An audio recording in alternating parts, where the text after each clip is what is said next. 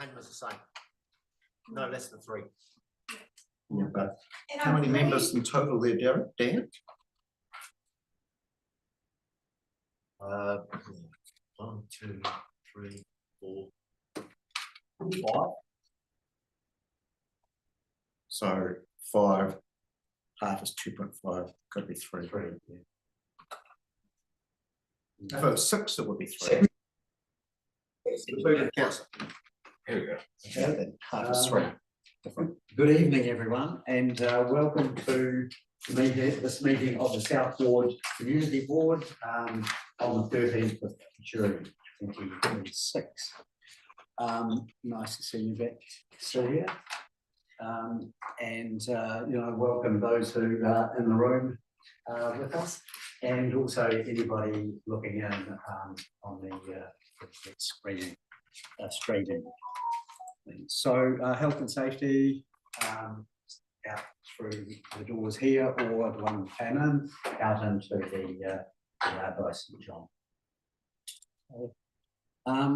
We have apologies from Councillor Brett Jones and member Annika Cumming, and a call for conflict of interest declarations. Just making everyone aware that I am a member of the cricket club, and we've got a discussion about the mowing on the village green, but I can't see there being a conflict of interest. Thanks, James. Any announcements? Pauline, sorry. Okay, I have 3 things to mention in regards to tonight's agenda. The first one is item 2.2, purely for transparency, the fee waiver request for the Kowo Top Team event. So I'm involved in that event by virtue of my employment, but not involved in the organisation. So I don't believe that I have a conflict. The contestable fund application for the Amberley Community Garden and Food Forest. Again, I am a member of the core group, but I'm fairly sure that I don't have a conflict in regards to that. And 2.5, the dog park, by virtue of my councillor role, I'm involved with the dog park working group. So again, no conflict, I'm just being transparent. Shall I move the acceptance of the apologies? Yes, thank you, Pauline. Second, Yeah. James, thank you. All in favour, please say aye. All right. Against? Okay. Is there any urgent business? So, Mr. Chair, could we discuss the ARAC minutes in respect to the post and bollard fence at the domain under urgency? Okay, I was assuming that would actually come up as part of the discussion. But is that correct? Yeah. So if it can be sure, it will come up. That's fine. Okay. Yeah. Okay. Right, cool. Yeah. So we don't need to take that as a right, that's okay. Fine. Oh, Mr. Chair, there's one other thing, not quite urgency, but I just wondered whether we have item 3.4. Contestable fund application process, and we have 2.4 a contestable fund application. Should we be doing 3.4 first? Would it have an influence on what we do about 2.4? I don't know what the verbal update is, but I'm just wondering if it would have some influence on how we treat that one. Yes, I guess it would, but I do see that we can actually address that. Yeah, thanks through the chair. I'd suggest that we address it as we normally would for a contestable fund until we have some other process formally in place. The verbal discussion at 3.4 may lead to that. It's just, Mr. Chair, I have no idea what 3.4 is going to talk about. That's all. Yeah. Yes. Would you like to? Very briefly, thank you. Yep, through the chair. So our current short version, our current contestable fund process is applications get sent as people want it. Based at the workshop that we had, it was deemed that we should have a little bit of a process for transparency and have some criteria around that. So this is why I've added this in there. Just as an example, over the past month, I've had about 12 requests and inquiries. So we do need to manage this somehow. Yeah. Hence why 3.4 has been put on the agenda. No, I guess you covered off that there are examples of other either committees or community boards actually using having a formal process in place. So. That is correct, Mr. Chair. Okay, so we won't we don't need that as urgent business. Thank you. Okay, no deputation. So the minutes for confirmation. I sent out one change. Did anybody else have any changes or comments regarding accuracy? I was present, but I'm missing from the members present list. Yes, you were. Apologies. Okay.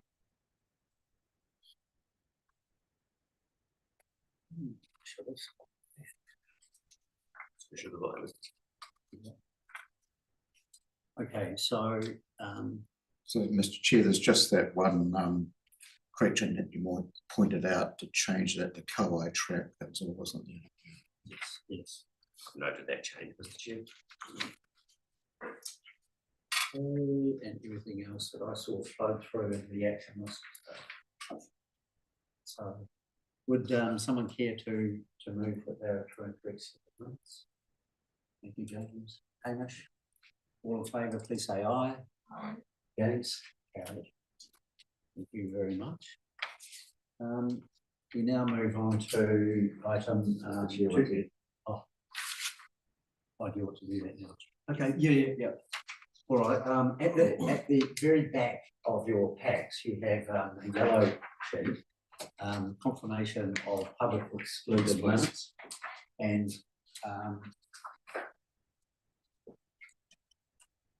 these Read. you may. Yeah. The same password every time. Yeah. Oh. You may recall that we, at the last meeting, we went into public excluded. And this is the minutes relating to that section of the meeting. And these minutes can be approved just in the normal meeting unless there is a topic or we have to go into discussion again, in which case we will move into it. But I think it's relatively straightforward. So, Pauline. If I could just have myself added to the Okay. minutes. Thank you. Then I'm comfortable to move them as a true and correct record in the public agenda of the minute. Second, okay, thank you. All in favour, please say aye. Against, carried. Right. Now we move on to 2.1, the fee waiver request on page 10.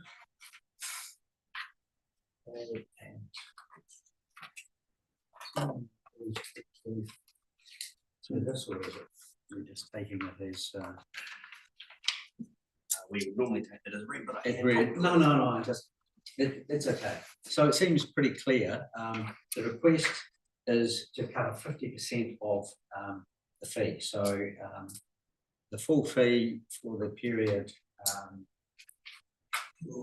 this goes back to May, 9th of May, is $260, and there's a request to waive 50% of that fee. That is waiving $130. So, Chair, I just wondered, when was the request for the fee waiver received? Because it's a month after the event, isn't it? Yes.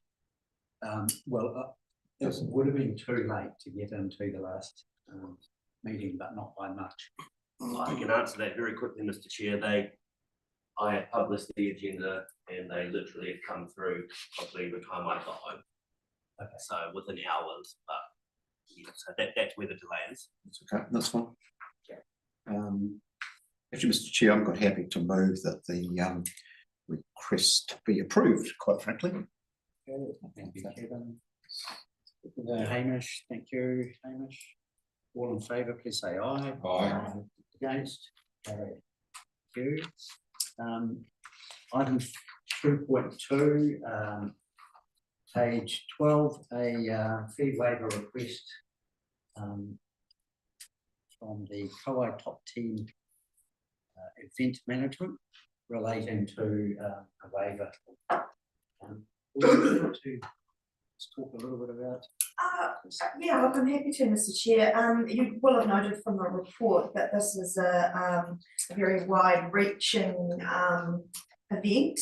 It is a very successful event and it involves more than 300 students, right from Sefton, Leithfield, Amberley, Broomfield, Waipara, Omahi, coming together, and they work in mixed teams on challenges to establish the top team, if you remember that program.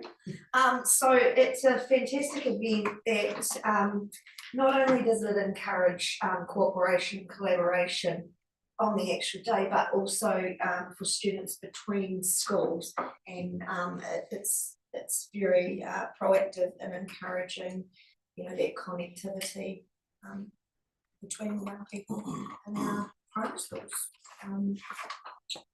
Yeah, if anyone has any questions that I might be able to answer, having attended it a number of times, I'm happy to. I'll just move it. Okay.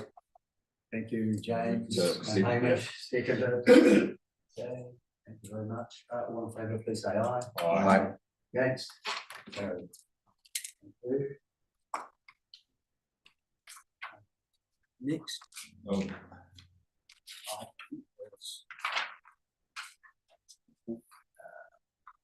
A request from the North Canterbury Dog Training Club to actually use the tennis courts. However, James, I'd like to say something on this. I don't understand why this is actually being sent to this committee. It should be going to netball or the combined courts, netball and tennis. They've just spent $45,000 resurfacing their courts with a plastic coating. I don't know how that would go with dogs, but it needs to be sent to tennis and netball, not through here. So to just clarify, which is something to think about. So what you're saying is, in actual fact, it should be referred to the Amateur Reserves Advisory Group. Is that it? It should be just referred to tennis or netball, the combined courts that run the court set up there, because that's their domain. And they are the ones who paid for Resurfacing.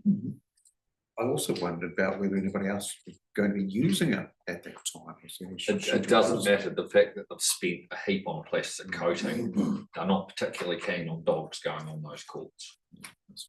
So with the, just thinking about it, with the other two requests, didn't they normally used to go through the Amity Reserves Advisory Group? They came to us and we advised the South Ward Committee on the suit. It was just a yes or no. We just approved. We gave our thoughts on it and approved it. For these two there? Yeah. On this agenda? Yeah. We would say yes, it doesn't interfere with any of the sports clubs down there. But it doesn't record that on there, has it?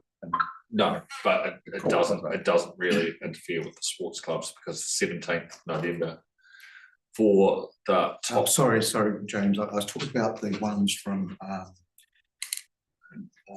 previous two. There's one related to the use of the tap of the domain, and another to the tin shed.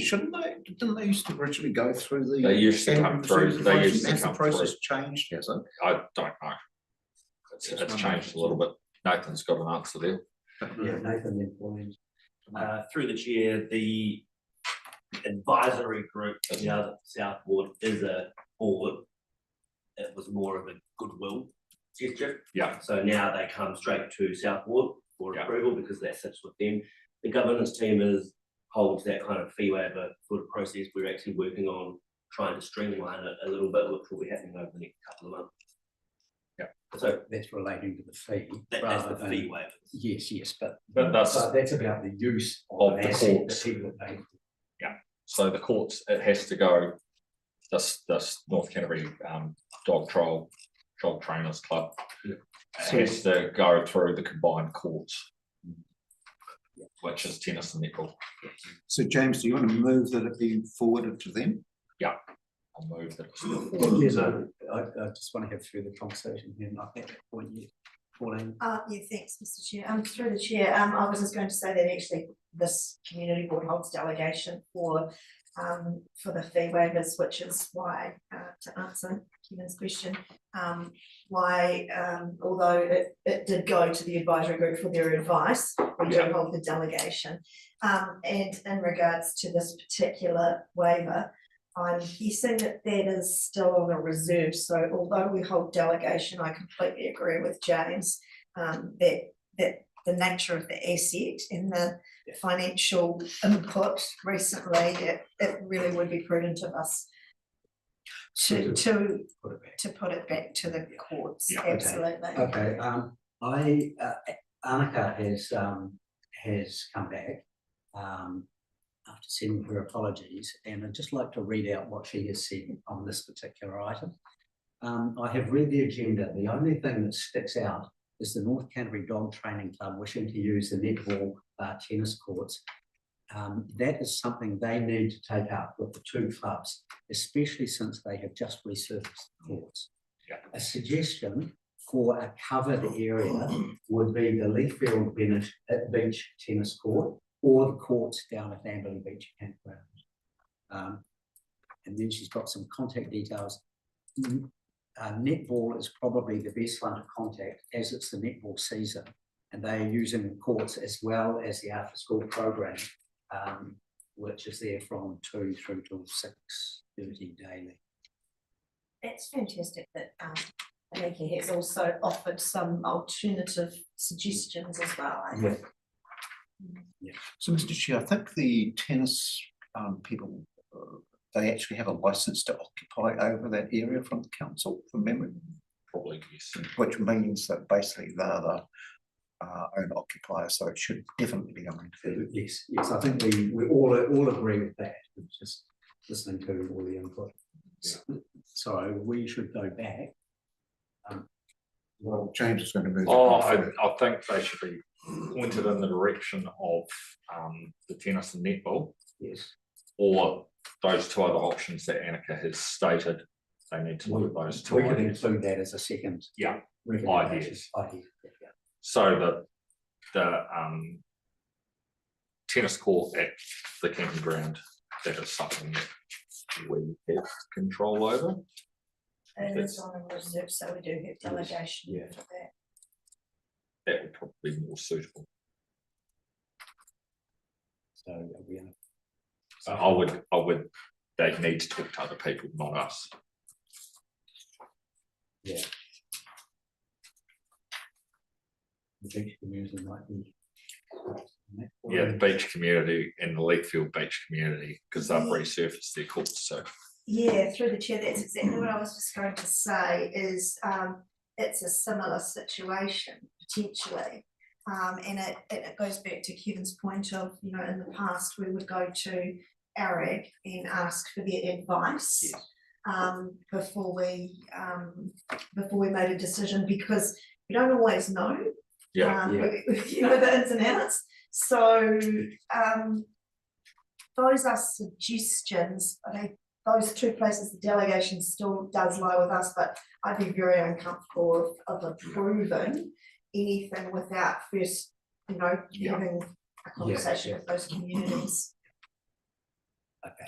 It's a targeted rate, I think, for the Leafield Beach it is. tennis courts. Yes, it But is, isn't it? Yes, so, Must be near the end. It's almost, yeah. but still. Yeah, the difference of Leafield Beach, of course, it's just an asphalt surface. It's not like the ones up. It's not plexi pave. So the dogs probably wouldn't hurt it. They need to It's a talk to, courtesy. they need to talk to someone at the Leafield Beach. So move that. Whether they might, they really need to choose sort of in the first instance where they want to Yeah. go, don't they? I've got to contact the local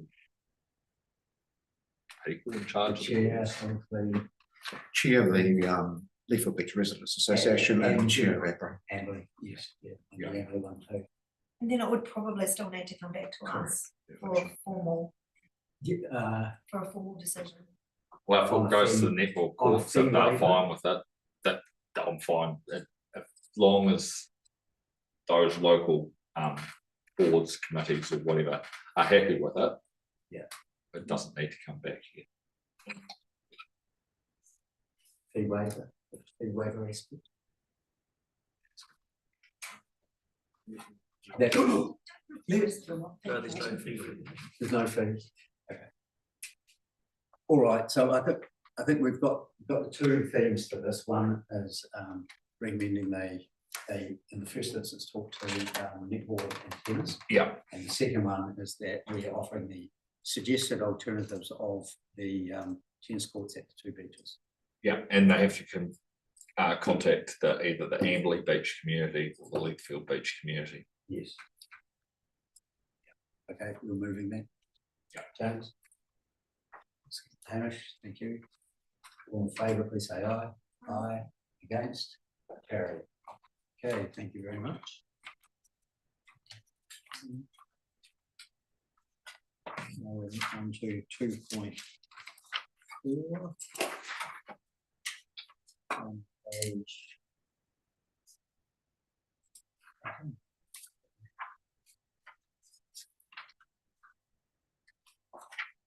Yes, here we go. So, now it's a reasonably straightforward.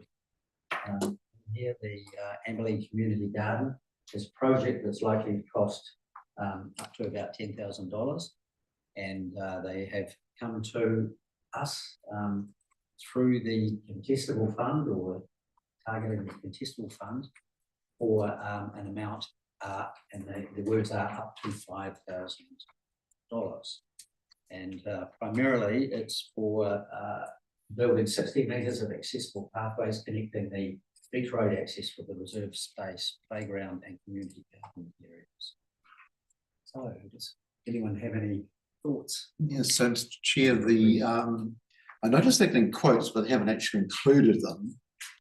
Like if you look at what Glenmark Community Committee do, and they've got a funding round advertised out at the moment. One of their stipulations is that people who apply provide 2 quotes. So we don't actually know what the quotes are. $10,000 for 60 metres works out about 167 a metre, I think, excluding GST. So it's pretty high compared to the $8 a metre which I managed to achieve at Leafield Beach. But that was voluntary labour and a lot of good luck.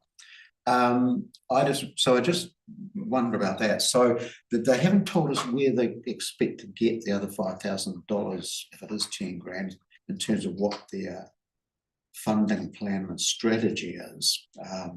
I can understand them wanting to get a commitment from the board for the contestable fund first to try and springboard in respect to funding. So there's 2 options. You could defer it and wait and ask them to provide the quotes back and have another look at what they actually are.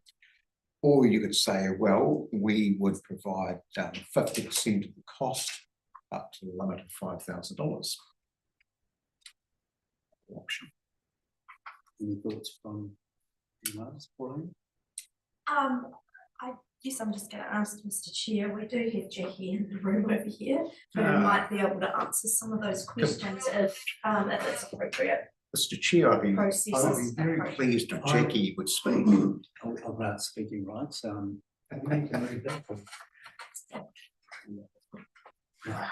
Just Okay. I'm more than happy to discuss this, but so I have spoken with Charlie, who had suggested to go through Ketamol's construction and also Top's construction, both of which are happy to provide a quote. I have since this letter has gone through, have spoken to Ben Kettle, and he is more than happy to do it at a reduced price. So it may be that it's not actually necessarily needed. But it was something that I wanted to make sure that we put through because of just real timing. And there was a lot of feedback that had come through from our open day and a lot of the members of the community garden group, just around having access way, just because of often Long grass. Yeah. Oh, surprise. So, so that's where that had started from. And at the time that I'd actually submitted it, I didn't have any quotes. I have since got an estimate, but I'm following up with Charlie as to what the requirements are in terms of pathway width. so what about the remaining money? Where do you intend to get that from? So we have got some funding that has come through from the Lions and Okay, from Food okay. Secure North Canterbury. Yep. And there is also some funding applications that are in with the Whakapui, is it Three trust. Yeah. Yeah. Okay. Yeah. So, Mr. Chair, I think way forward might be to say that we would fund 50% of the cost up to a limit of $5,000, excluding GST. And I'm happy to move that. Would that Yeah. be So happy with that? any thoughts? Oh, pretty much the same, so. Yeah, James. I've just got one thought. We wouldn't be in this situation if the grass was actually mowed. Oh, that's see down. Okay. We've got a, Yeah. an item coming up. I just wondered if the mover would consider adding to that on the basis that we see those two quotes. Well, But that's just process. yes, that's all. yes, Yes, it would be. and just to, yeah, and just to add Would that to be essential? add to the discussion, for those of you who aren't all yet, on Sunday, we had an amazing turnout from the community. Yeah. And Food Forest is planted. The first trees are in, the ground is layered in cardboard, it is mulched, it is a happening thing. And I think this pathway doesn't just serve to, to support access to the food forest and the community garden, but it also would provide access to the playground, the reserve itself, and then for people who live in that neighbourhood, easier access right through to some of those properties as well. So I think I'd happily support the motion that's on the table. So if we just tag it a wee bit. Sorry, Can I just read back what I've captured with that, because I've had about 3 different versions. Yeah. Excuse me, so I've got that the Amberley Community Gardens and Food Forest Pathways application for the contestable fund is approved up to 50% to a total of 5K subject to votes. To a maximum. Maximum. Maximum. Yeah, that sums it up. That's it. That's cool. Sorry. That's all right. And what was your, I what was, was the last one? No, was, you. was that It's added. I was just thinking, that we've, the current, motion on the table is that we fund 50% up to a maximum of. Are we comfortable with that, or are we more comfortable with saying 5,000? It depends on what the quotes come in at. So I mean, you can either wait till you get your quotes, or you can, if you want to give it an okay now, do it that way. I mean, there's the two options. The way I read this was that it was likely to cost 10,000 and the fund was 50%. Yeah, that's So- fine, that's fine. But now there's an indication that it might be less, so In which case, we would perhaps Yeah, have to wee bit less, give a wee bit less. I'm comfortable with that frame. Okay, so So I've moved up. Yeah. I need somebody else to say. James, second. Okay, all those in favour, please say aye. Aye. Yep, okay, Against? done. Carried. Thank you very much. Now we move on to 2.5 dog park, and we have a significant paper here starting on page 19. And is everybody here to talk through this? Yes. Oh, yeah. Cameron. Greetings and welcome. Hello, can you hear me all right? Yes. Okay. Hello. So yeah, I'll just quickly summarize this report.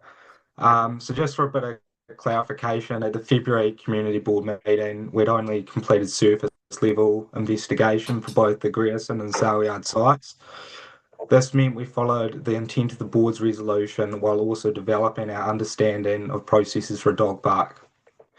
This led to unexpected process costs and timeframe estimates for Saleyard Drive. As such, it was made apparent pursuing both options for a dog park was no longer feasible. Grierson was the favourite of the two options, so this continued to be investigated, while Saleyard is requested to be put on hold. Council planners determined a resource consent would need to be applied for to assess noise and traffic. This would need to be prepared and processed externally. As Grierson is located outside of a settlement area in the dog control policy and bylaw, dogs are currently permitted off-leash, meaning there is an option to wait until the full review in 2028 to formally recognise Grierson as a dog exercise area in the policy.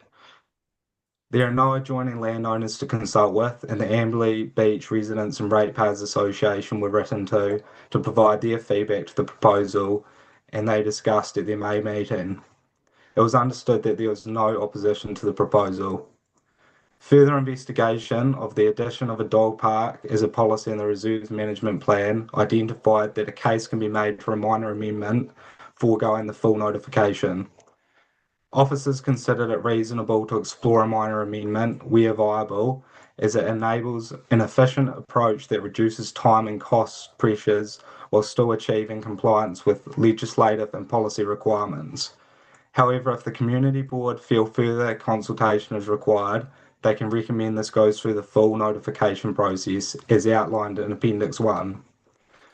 To make the best use of the $75,000 set aside for the dog park, the path has been removed from the estimate costs, as this has been identified as non-critical and can be completed at a later stage. Future works post-establishment can be undertaken through the dog park community group, through volunteerism, sponsored labour and benefactors, as well as a potential discussion of dog registration fees being used to fund ongoing maintenance. I'll now open the floor for any questions. Okay, thank you, Cameron. The questions of Pauline first, and then Yeah, thanks for such a fulsome report, Cameron. That's really helpful and really useful with the full history there as well. I only have one question at this point in time.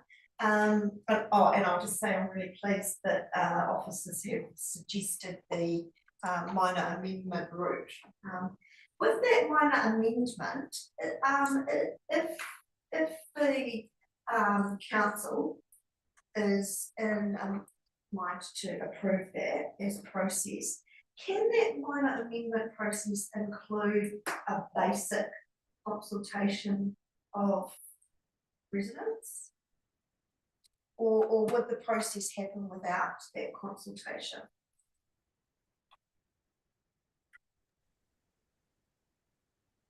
Through the chair, that's at the discretion of the council, so they can kind of choose how that minor amendment looks. So the whole entire process of that full notification process can be picked and choose by the council what parts they want to do and what they don't want to do. Right, thank you. So just through Mr. Chair to Cameron, there was a map included with the report that showed the area to the north of Hall Road. My understanding was that was a possible stage 2 and that the concentration would be to the area to the south of Hall Road at the moment, is that correct? Through the chair, yes, that's correct. And sorry, I didn't include a map of the main proposal, which is that southern end of Grierson Plantation. That's right, that's fine. Sorry, can you just clarify what's being said here? So that the highlighted area Stage 2. is stage 2, okay. And the full amount on the south, right, Yeah, stage 1. is stage 1. That's right. Okay. Correct. If I may, one of the reasonings for that is that this is a larger, slightly larger area, but also it's not in as close a vicinity to the lagoon. Yeah. Did you have anything to add to that, Kimber, in regards to the south versus north? Through the chair, no, that pretty much hits nail on the head. Yeah. Can I ask, just in terms of the working group, there's been discussion, but what's the purpose of splitting the dog park for the Hall Road? Given that it's only used very seldom, dog park could be not used for the period of time that it was used. It's just, to me, that's double the fencing, so you've got double the price. There's a strong wish through Mr. Chair. Firstly, one, it's cost to reduce the area, just developing the south. And ultimately, you would have a greater cost, but developing stage 1 is a cheap option at this stage. The local community wish to keep Hall Road open for the roading contract, if Redmix get that roading contract for the new road, and for obviously later years for Bunbury nourishment. So they wish to preserve that as a road.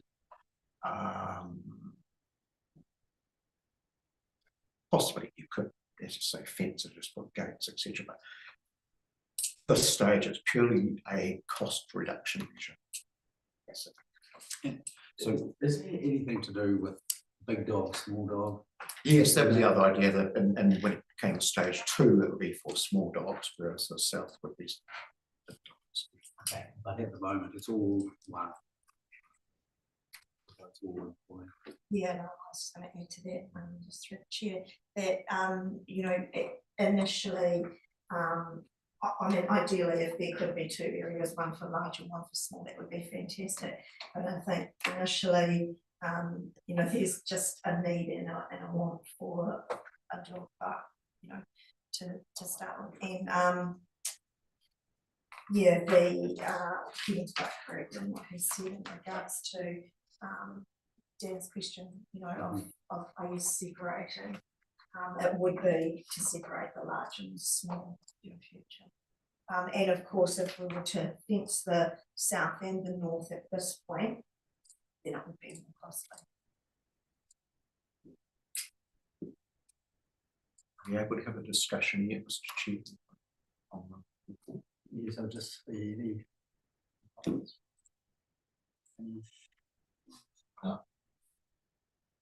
Just want to see the dog park gone, done.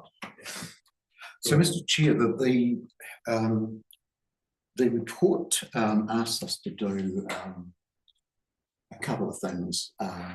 Just put sale yards on hold, pay attention to purchasing opportunities, and recommend that council add the dog park as a policy as a minor change and forego full consultation. So back in our meeting of 11th of February, we passed several recommendations, resolutions which related to, one, that we commence consultation on the changes to the management strategy, which aligned with what had been talked about with staff previously and aligned to what was in reports, for example, to the ward committee in May 25, that full consultation was required. And we recommended sale yards be, recommended council that sale yards have consultation, and recommended that staff begin work on changes to dog control policy and bylaw. So we now have a situation where we've got a complete change in direction, and we've got a resource consent process coming through, which wasn't mentioned previously, but just taking them one at a time. So previously we had recommended that in respect to the Reserves Management Strategy and the Reserves Act, the option B to use the full consultation process. So council can, if it thinks fit, not use that process and just approve it. But there's a major change there. The report doesn't spell out why that change in thinking came about. There's no mention, it just alters on the recommendation. But we have a situation where we've gone from, in February, we passed a resolution to use full consultation, now being asked to pass a resolution to no consultation in respect to the Reserves Management Strategy. So it's a 180-degree turn, and we can't actually do that under standing orders without following the process in standing orders to revoke a resolution and bring a new one in. So that's one issue there.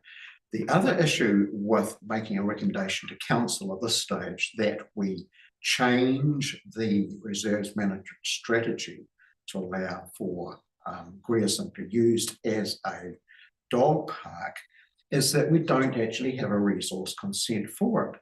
So it's possible that the resource consent process might tell us that no, we can't actually use it. So it's actually premature to ask council to do that when we don't know what the resource consent process is going to be. And we should go through that process before we make a recommendation to council. So it's completely premature. The other thing relates through to the resource consent. So it doesn't spell out whether it will be notified or non-notified. Now, I guess that's okay because probably you don't know the answer to that question until you get into that process and find out based on expert external advice whether the impact is minor or significant, and you'd have to go to notification. So that's an issue there. In respect to the dog control bylaw, I mean, the reviewers now, we don't actually need to do that. We can wait till 2028 and just do it when it's reviewed there. So that's fine. But we had a resolution to consult on the change, and now we're saying don't consult on it. So again, standing order issues there. The other thing is the report talked about consultation. It talked about the 9 May meeting of the Amberley Beach Residents Association that I actually attended.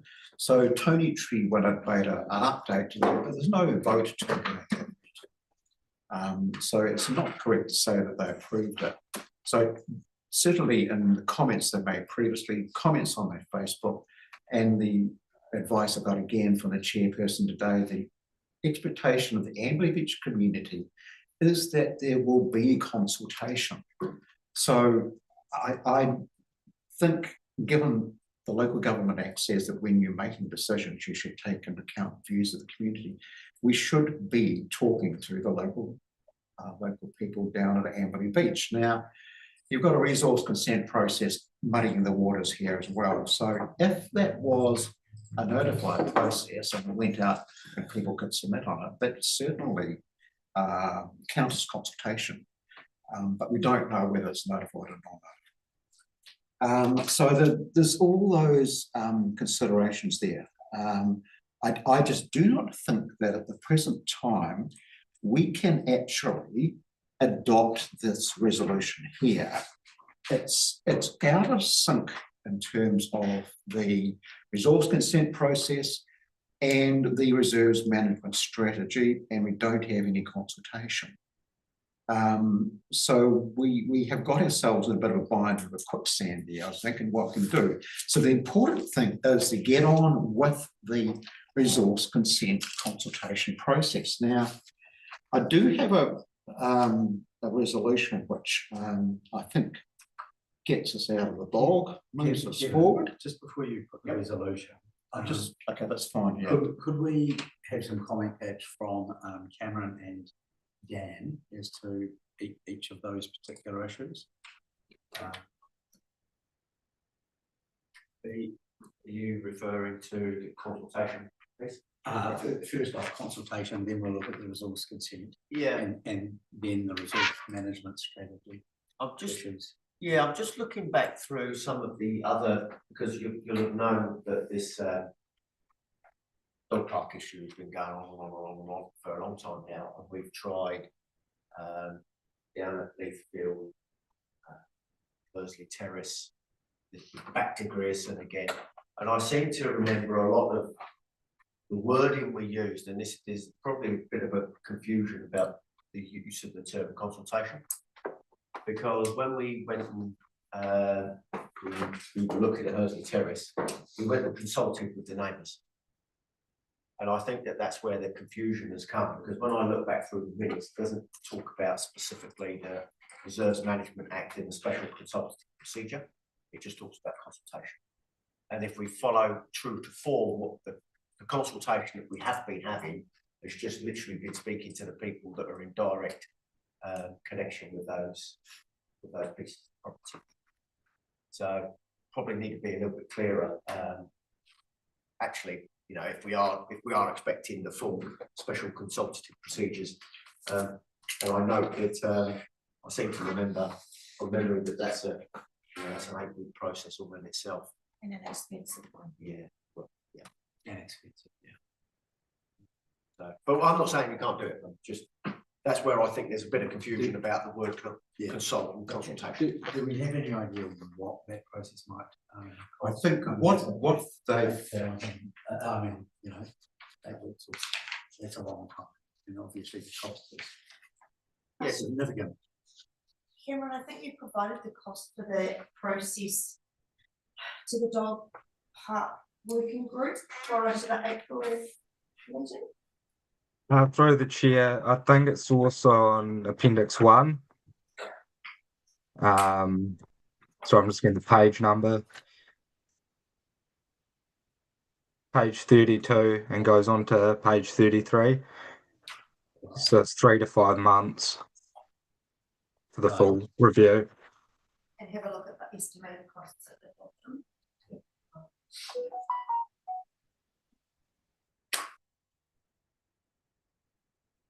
Yeah, hearing and adoption, you know.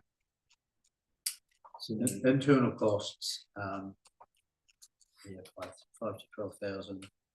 Consultation, 1,500 to 3,000, and hearing and adoption, another 150. So it's a big chunk of the cost that we've got. That's going to suck up more than what we have. so Mr. Chair, what they're talking about is a survey of the Amberley Beach residents. So you can do a mailbox drop. And I don't see how you could possibly come up with costs of $15,000 as a max for that. I don't see how you can do it. Through the chair, that's not for the survey. That's the full review of the policy. So that includes, I think it's a statutory 40 working day public notification period. But yeah, and informal survey is definitely another method of obtaining feedback for the proposal. So that's correct. And we're not talking about having full consultation in terms of section 41(9) of the Reserves Act. So you're specifically talking about Just consultation for the, just clarify that.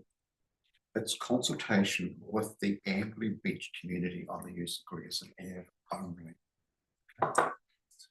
That could be by way of a survey. You can do it quite. I mean, as an example, for example, the Northern Pegasus Bay bylaw has gone out on a Facebook survey and got over 200 responses. So it does work, and it's really pretty cost effective. So you can do it by Facebook, you can do it by letterbox drop as well. But certainly there has been an expectation based on what we resolved back in February, that the council would consult and allow that community to have its say. It's quite true that not everybody down there supports it. There have been a few people who've spoken against it, and I remember attending a meeting of the APRA last year where probably 4 or 5 people out of the 20 or so spoke against it in terms of traffic concerns. They didn't want an increase in traffic.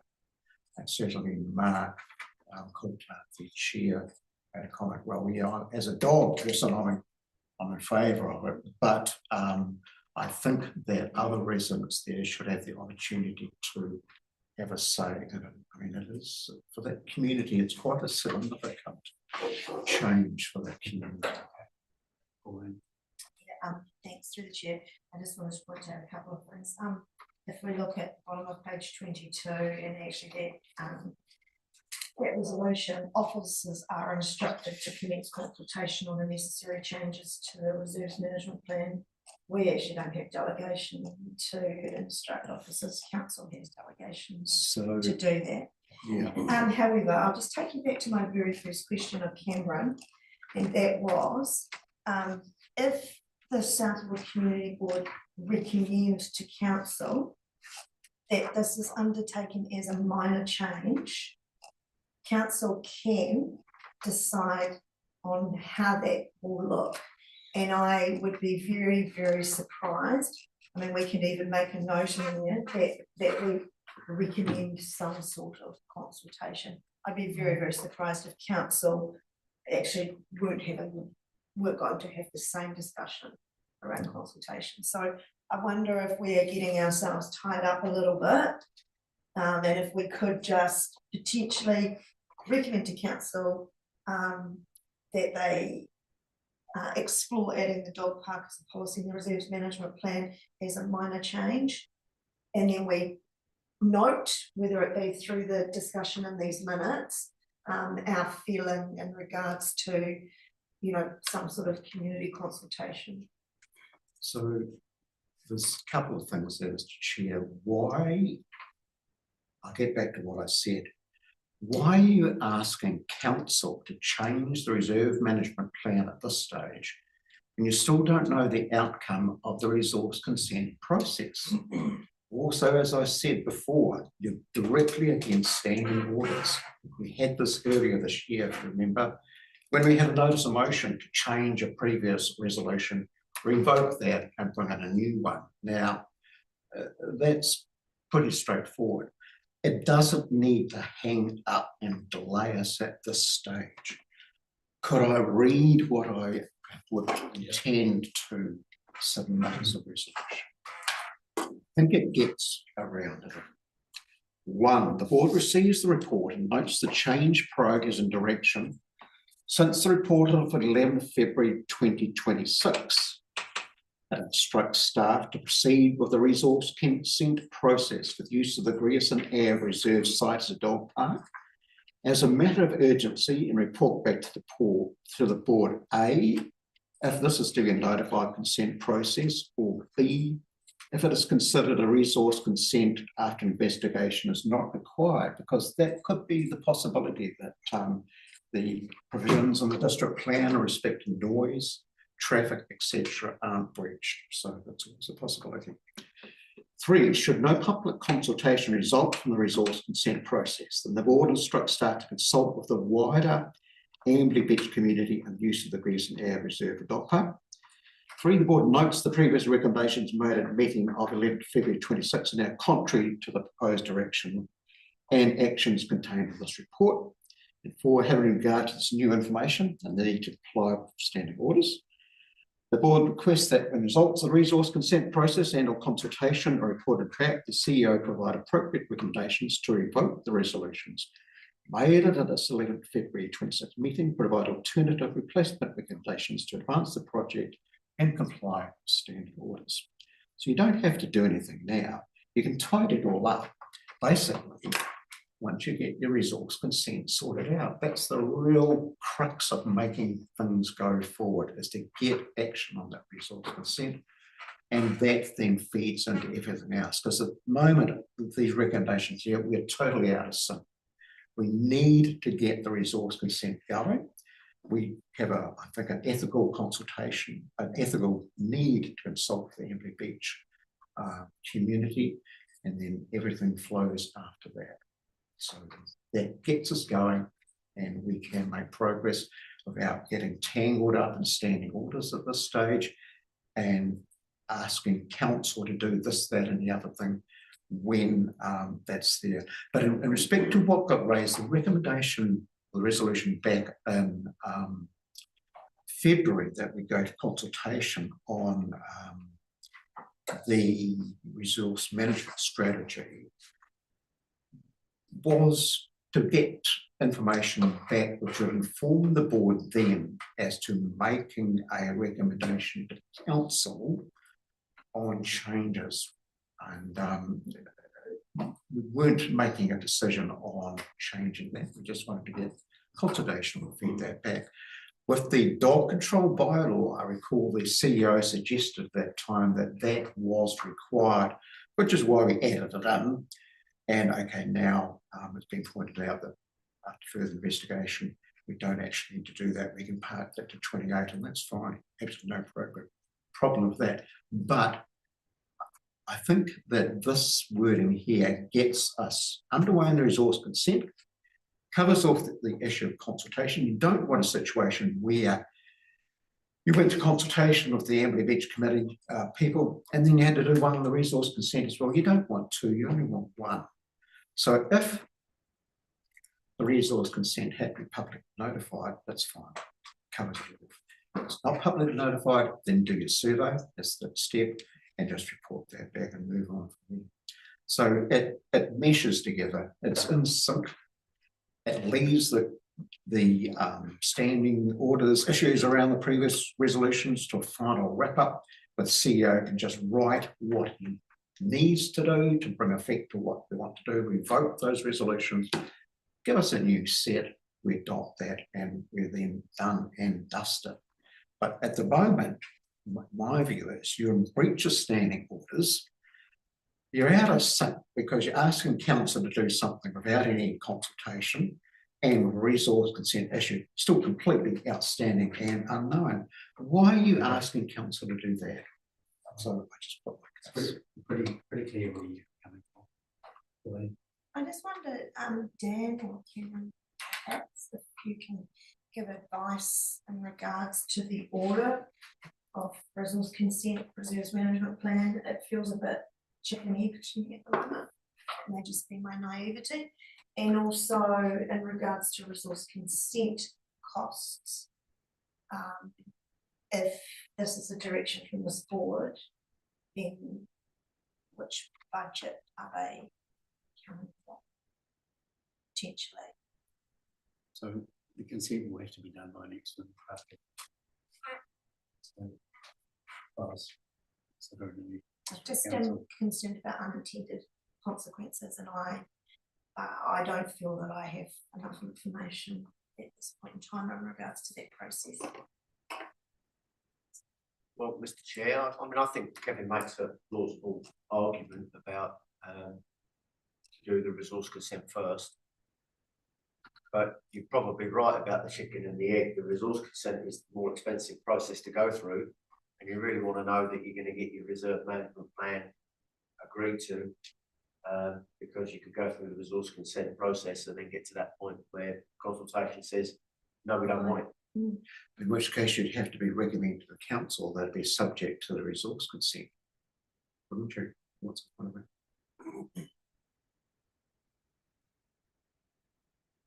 I mean, the staff has told us, the planners have told us we need a resource consent.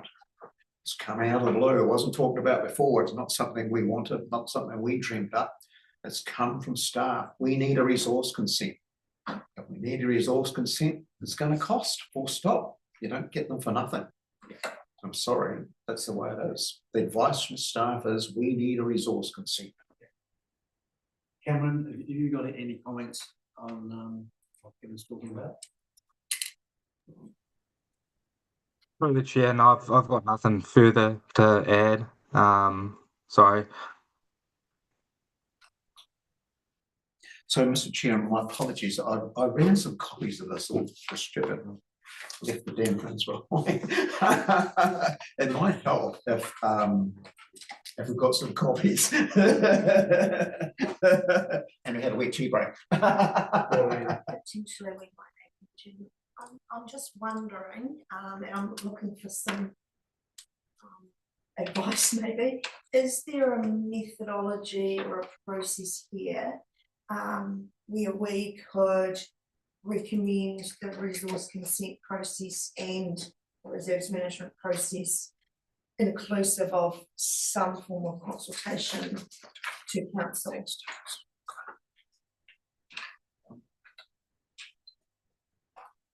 Rather than us trying to juggle that, I feel like council would have, you know, we would have our planners in the room when it was discussed, and you know, we might get a little bit more clarity, because I'm not clear about which should come first because they are reliant. I've just got something a bit left field here though, through the chair. What's the problem with just fencing it as a paddock, fencing the reserve and putting a self-closing gate in it and a rubbish bin? I'll call it a dog park.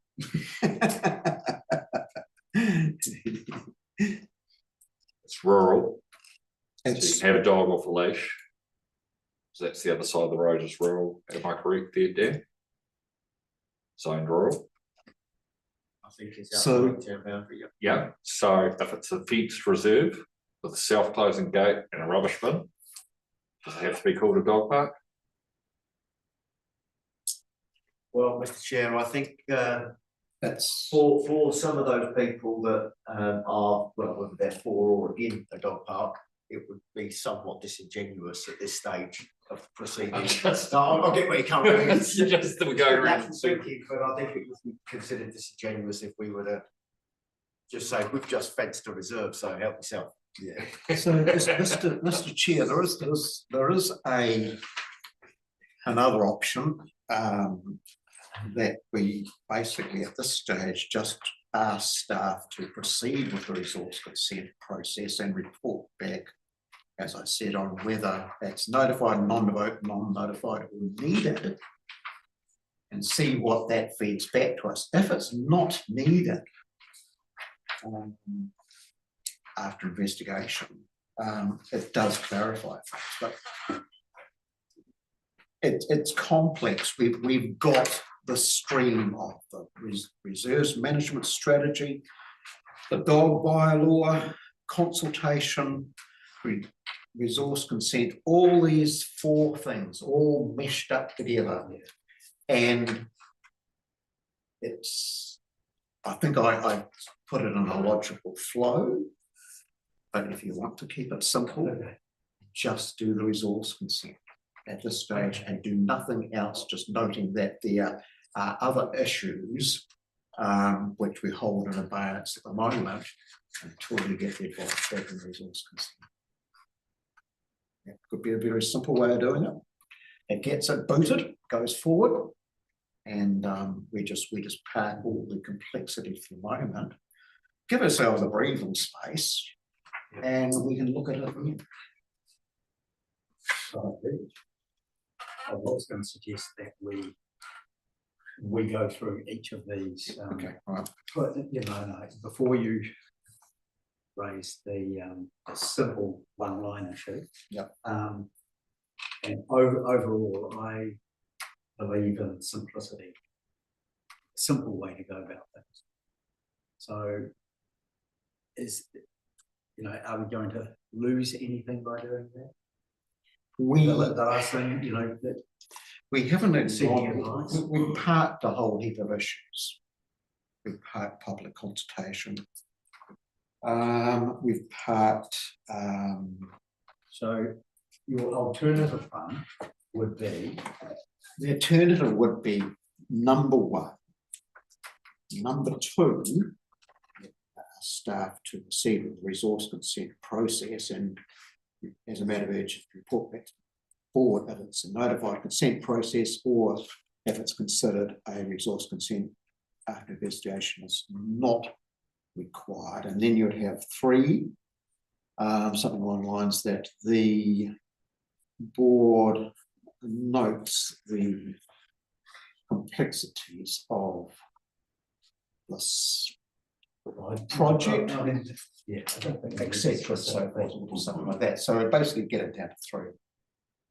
And you part the issues around public consultation with the Amberley Beach community. You part the issues about trying to comply with standard orders for this stage. When they come back on the reserve resource consent, you can ensure that in that report you cover all of those issues, because you'll know then, one, for example, whether there's going to be public consultation on the resource consent, which does the thing. If there's no public consultation, you can ask for a survey at that point. But instead of sort of tidying everything up, you left a lot of issues part. Sorry, okay, so you're looking at 1, 2 and 3 of. No, you're not. You're looking at a completely new 3. A new 3. A new 3. Which I haven't drafted yet. Sorry, can I just go back to my question? Yeah. Do we understand, is there a methodology or a process where we can ask council to proceed with resource consent and resource management plan amendment? Because this feels to me like that if we instruct to proceed with the resource consent process, are we committing the budget? Because it sounds to me like we could be. Cool. So I think absolutely understand everything that you're saying, Kevin, absolutely do, but these things are so interlinked that I'm concerned that this is going to delay the process even more. And if it is done and if it is you know, recommended to council, then I feel like, you know, we will have the expertise to be able to do things in the right order. So yeah, I mean, obviously instruct is too strong a word. You would use the word request. Request doesn't matter. I would be very, very concerned if we instruct or request. It sounds to me like we would be committing that budget, and that, you know, it's a lot of money. Well, so Mr. Chair, gets back to the basic question. Do we want to proceed with the dog park on the site or not? Because if we want to do so, staff have told us, the planners, we need a resource consent, full stop.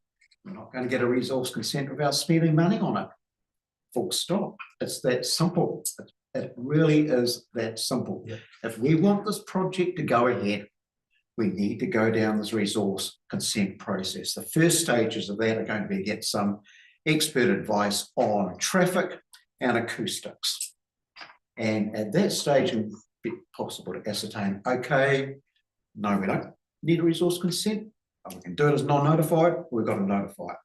I mean, for example, there was a comment made where sale yard staff expressed the view, yeah, it would have to be notified consent. They didn't make any comment about Grierson at all. And I can understand that because it's an unknown in terms of those quantities down there. But it just gets back to the fact that why do you want to ask council to do something which might fall over and they make a change and then you can't go ahead with it because you haven't got a resource consent? You need to get the resource consent as the next step in this process. Why are we wanting to delay this completely by not going down that track? I just wonder, Mr. Chair, because I think we could end up going around in circles. I just wonder if the next course of action is us to, you know, going to delay it, but bring a report back to you that outlays all the things that the officers have considered and what direction we need to head in terms of resourcing. Because what that will do then, that will give you some degree of understanding around costs, process. Yeah, I mean, I don't think it's necessarily going to slow you down, but it gives you that degree of certainty. We've got the right people giving you that advice, because neither Cameron nor I are giving our plans, and I don't want to give you a bump steer. I can understand that. I mean, it's unfortunate that there's quite a few unknowns in the report. I think that given what's happening here tonight, is we probably should not make a decision.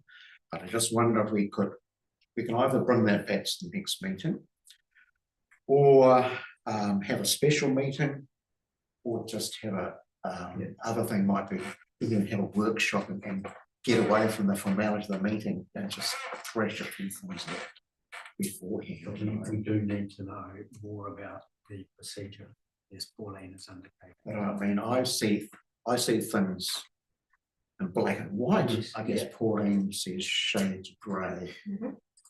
That's okay. That's fine. And I'm immensely frustrated at the time that this I mean, process is taking. we've lost 4 months. However, Sorry. I do understand that it needs to be the appropriate process, and I'm really concerned that moving a resolution tonight when when we really don't understand what comes first. We know what we need, we absolutely do, but what should come first? I think that is dangerous. Okay, so Dan, did you have some idea on the words that we should put back to start? Yeah, I might, Mr. Chair, I might need a bit of editing here.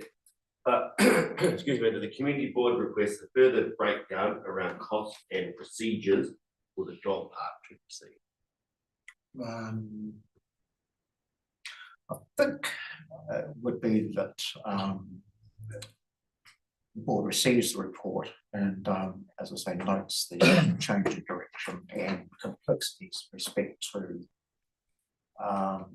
the various factors around resource management,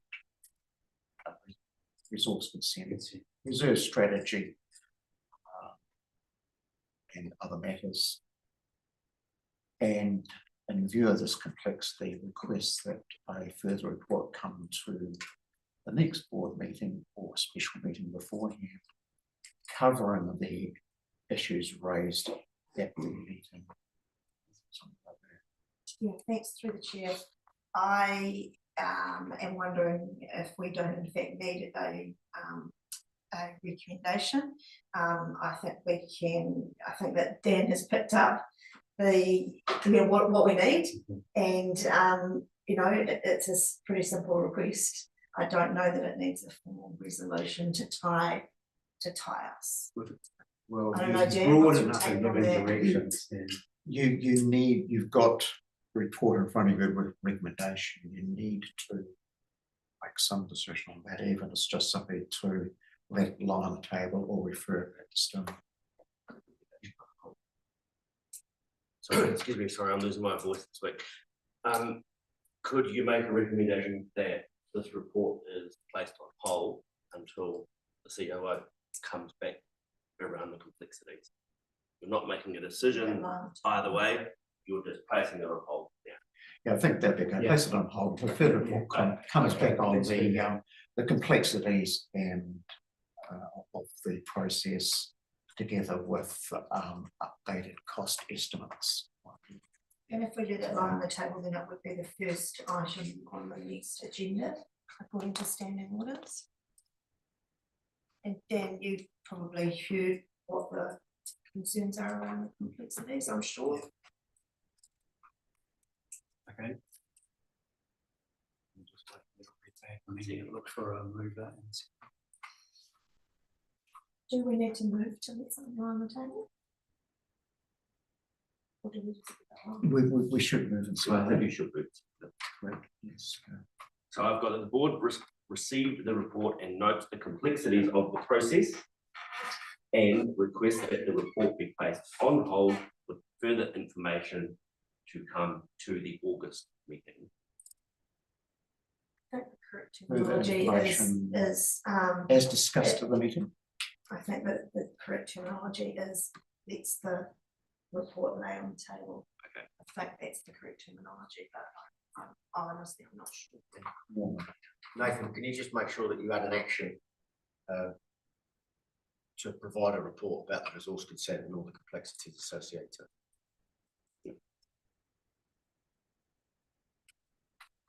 Mr. Chair. Okay, yes. So one of the things is, it just occurs to me that it's pretty much just a scoping exercise that we're wanting to see for the resource consent rather than anything more in depth than that. Ideally, I'd like to see just a flowchart that says, shows those links and when it's notified, non-notified, and that's all. Well, the costs are all here. We've got tables and tables of costs for going through consents, getting acoustic engineers and all that on. It's all contained in there, so I don't think there's any need for more costs. I think, yeah, in the background discussion that we had.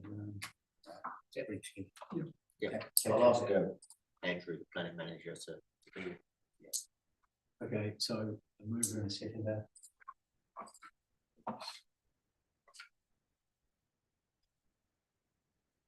Yes, please. I'll move. Thank you. Do we have a seconder? Just not sure. You if don't it's- I'm think- not sure if it has to be moved and seconded. And then I'm happy to do so if it does need to be. I'm not. Do we want to adjourn and check? I've added the action and I've noted that maybe we leave it and it's noted clearly how you want to proceed. Yeah.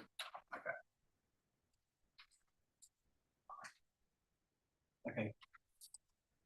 Rightio, thank you, everyone. Very complex. We'll move on to our next item, which is the financial report. And Jason, have you been listening in on our exciting discussion? Yeah, I have been. But I've been doing some work in the background, so that's fine. It's not all wasted time. Okay. The financial report there on page 40 through to 44. So what I'll do, I'll share my screen so we can just step through it together rather than, like I said, you have to stare at me on the big screen. Here we go. Yeah, so this hasn't changed much from the last meeting. We started the year with a debt of 1.68 million. The total amenity rate money we've received so far this year is 644,000, a bit up on what we had budgeted for, but that represents the higher number of ratepayers that we do have in the South Ward. Revenue overall, we're about other revenue, other income down by about 233,000, but that is primarily the two line items there, the funding from the Ward Reserve Development Contribution Fund and the funding from the Walking and Cycling Routes Fund, and both of those are just completely linked to the amount of capital work undertaken. One line item there that we are under budget on is the camp fees at Amberley Beach, and I think there's a further discussion about that later on. And then through to the expenditure, virtually all the items of expenditure, all the key activities are under budget. The key and part of that is due to some of the capital projects not being progressed as quickly as we had budgeted for, particularly the walking and cycling routes there down in the Amberley Township. We did have a budget of 200,000 and to date we've only spent 41,000. And then if we roll down to Amberley Domain, further through where we've got 305,000 budgeted for further work on the Eastern Reserve, and to date, only 135,000 has been spent. So yeah, just flicking over to the next page here, the total expenditure is 840,000 compared to a budget of 1.16. So as a result, the closing balance is much lower than what we had predicted. And just shout out if there's any queries. I'm going through it relatively quickly. The Amberley swimming pool, yeah, we started the year with a debt of 620,000. We've got 416,000 of revenue, and particularly the other income, admission fees and the likes are up on budget by about 24,000.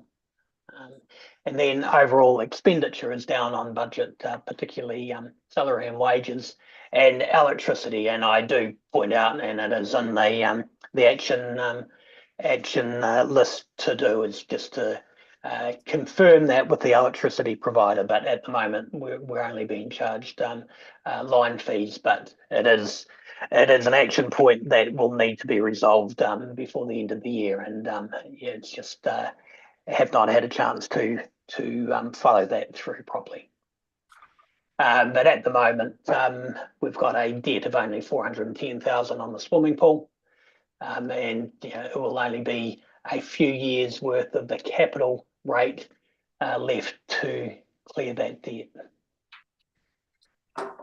The roadside construction account, it started the year with a debt because of work we did specifically in Leitfield, and that's getting slowly paid off through the roadside construction rate.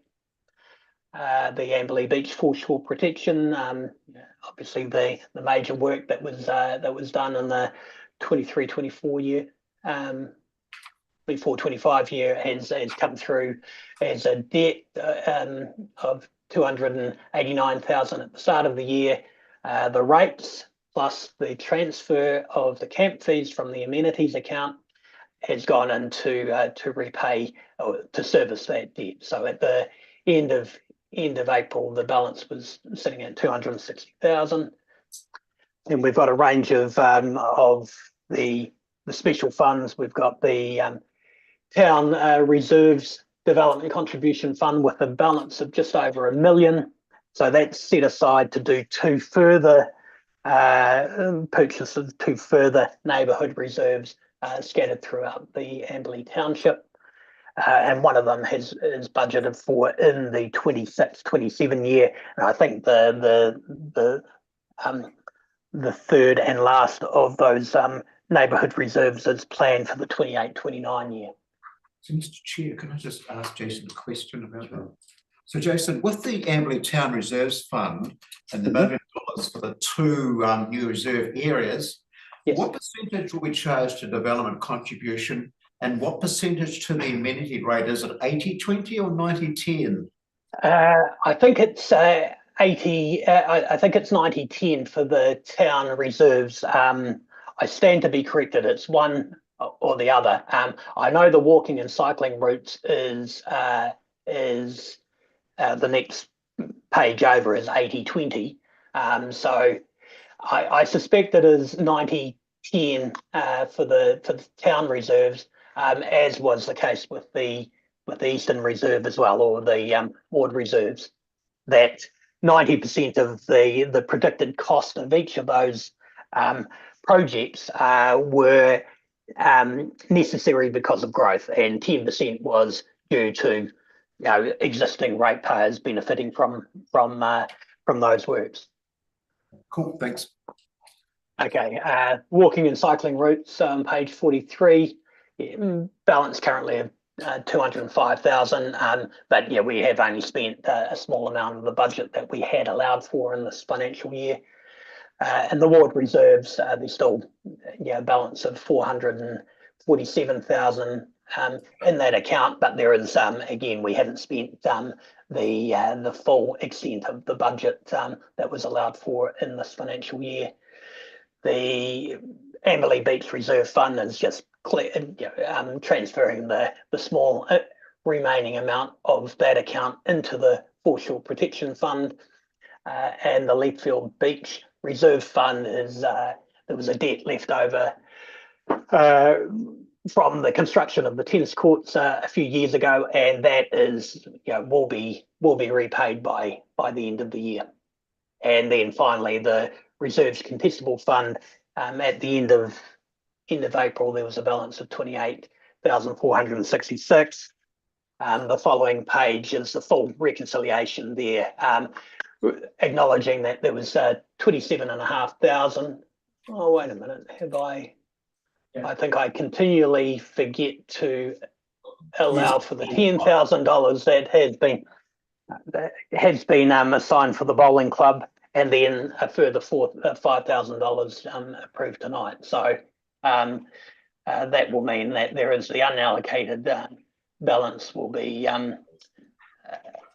12,500 for the remainder, for essentially the next 21 days or 20 days, and then there'll be another $30,000, assuming the council approves the annual plan at the end of the month, that will be applied to this fund on the 1st of July. Cool. All right. Now and I acknowledge, and again, I thought I might have got away with it, Kevin, with no queries on the financial reports, but that I responded to that. There was a component there that I just need to do a little bit more research on, is what makes up the 3,367 for the Amberley Beach purchases. I think it does include some refuse collection and some cost relating to Kiwi Camp, but I don't have that full breakdown, and I just need that from one of my staff members to provide that to me. The other components there, that we do have 3 buildings that are insured at Amberley Beach, the 2 toilet blocks, which are a cost to the district-wide account, but we also do have the community meeting room there, and the insurance premium last year for this year was $520, and that was currently charged to other properties. So I'm not sure why that has occurred, because that should be a cost that is that sits with Amberley Beach. I suspect it's probably been coded to that account for some time.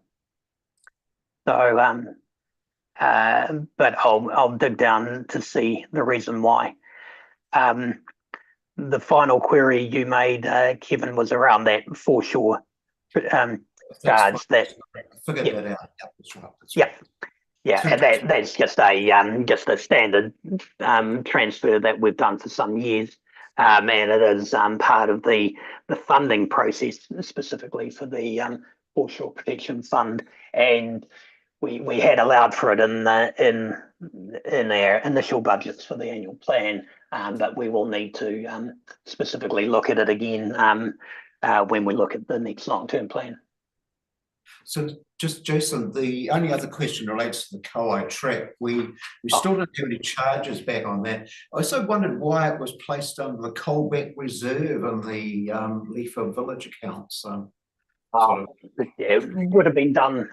This goes back a long way. It would have been just part of the considered to be more Leithfield Reserve than Leithfield Beach Reserve, and it was just a place to put it. It doesn't really need to be there. It can be just part of the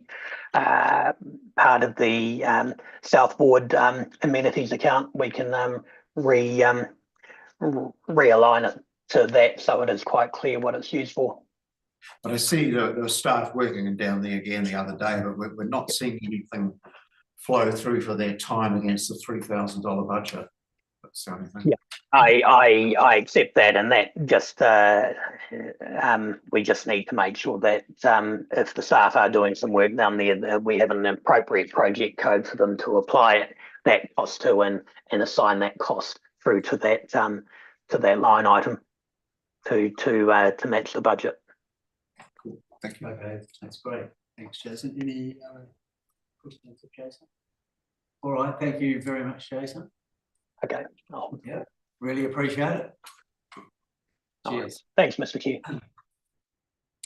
Okay, we'll move on to item 3.2, which is the We have a mover and a seconder that Oh. information is accepted. yes, yeah, Hamish and Pauline. All in favour, please say aye. Against, carried. Thank you. Thank you. The Amberley Village Green mowing specification. Dan, are you going to introduce us to this? Thank you, Mr. Chair. Yep, so this is probably quite an unpopular recommendation, but nonetheless, it's something that as officers, we follow policy, we follow process, and we don't recommend unbudgeted costs in the main. So we have the village green that's currently being loaned to an informal specification. We know that doesn't meet the requirements of the community or the club. But in order to get the amenity cut for the reserve and then the sports cut onto the field, onto the cricket pitch, you'll see that there's a cost, a double cost there of somewhere in the region of about $23,000 a year. Now, that's as a result of twofold, primarily. One, when we go out for a variation mid-contract, we always seem to get stung. And two, all of our contractors, well across council, are running right at the moment of fuel costs. So both of those two coming together have ended up with a high price, and for that reason, we are recommending that you continue with status quo. But you obviously do whatever you feel is right. So we talk a little bit about the contract, but I've already shared those documents with you anyway, so you're very familiar with the KPIs, and the two guys from Delta Inc. were here a while ago. So I don't need to talk about the specification or the way that the mowing is undertaken. This was specifically about an additional cost to change the style of cut that we have.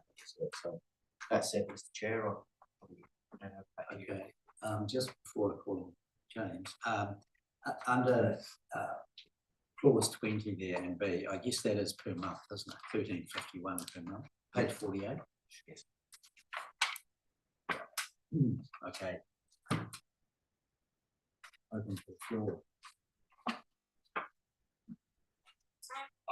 It's a lot. I'm not going to say.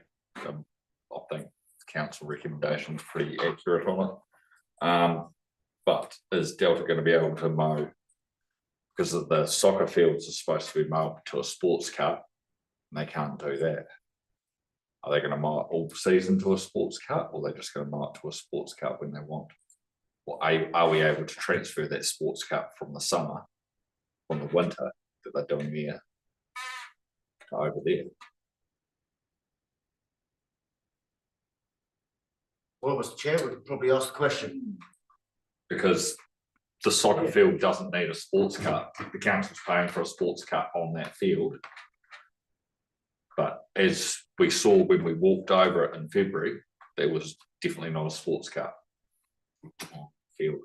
I am pretty adamant holding Delta to account for making sure that the fields are mowed to a kept in specifications from now on. I've, as part of being a member of the cricket club, have sourced other ways of methods of mowing the field. Just be asking council, are we allowed to mow our own oval? Really? Is that a question? That's a question. Mr. Chair, there are some reserves around the district that we accept that are mown outside of the contract. But we still have, council still has liability around whether it's done by volunteers or by other contractors. And as long as the general rule, I say, as long as they can meet the same obligations in terms of being site safe, safety plans, then yeah, that's a possibility. So we can't even mow our own field if we wanted to. We need to obey by the council rules. Well, Mr. Chair, yeah, same as so the Waikari Reserve domain, that's mown by a local. But we go along and we meet with that local every now and again, and we make sure that they can tick all the right boxes. I mean, anybody that wants to do any work on a reserve has to fill out the reserve health and safety plan. So that's the sort of thing. So we're probably one of the only councils left in the South Island that allows locals to do their own work on their own reserves. But so just as long as we tick the right boxes. So I did contact a local contractor to see how much it would cost to mow the cricket field to a sports cup. $400 a mow on the high side. So a month, sorry. That's, yeah, totally difference between what Delta's quoted and what, yeah. And Mr. Chair, so many local contractors, they don't engage with council because they consider our requirements onerous. Right. But yet this contractor does the Scarborough Mutnow domain and Waikari, Showgrounds Fields. What? Yeah. So in fact, the issues of safety might be covered already. No, well, but would that be useful for you to receive a copy of, what is required, the framework of? Yeah, just to try and, because we've got to do something about mowing. I do realise this is a lot of money for the council to stump up. It's just I cannot understand with the construction of the Eastern Reserve, with the irrigation in mind, that this wasn't thought of by council. Mowing would be a large part of it. So I'm sort of a bit flabbergasted that the fact it was allowed to proceed with the irrigation but not actually maintaining it.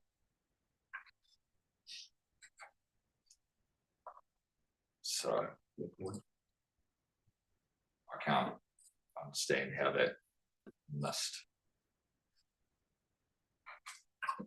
Well, I don't know either, Mr. Chair, but I would hazard a guess at the fact that we had a capital budget. And it's the capital budget that developed all of that, and we didn't have an operational budget. So the operator probably always anticipated that it's not council that pays for the mowing, it's your local rate pays for the mowing. So it would always probably have come back to that local rate, and this, well, in it, whatever price it was at the time, agreeing to accept those additional costs. But unfortunately, you get it now, the costs are being hit by end contract and the fuel supply. So then, in terms of when this current framework will start, is a number. Works to do the capital work. Or the mowing, the mowing of the newly created reserves and the sports requirement. So it doesn't obviously capture.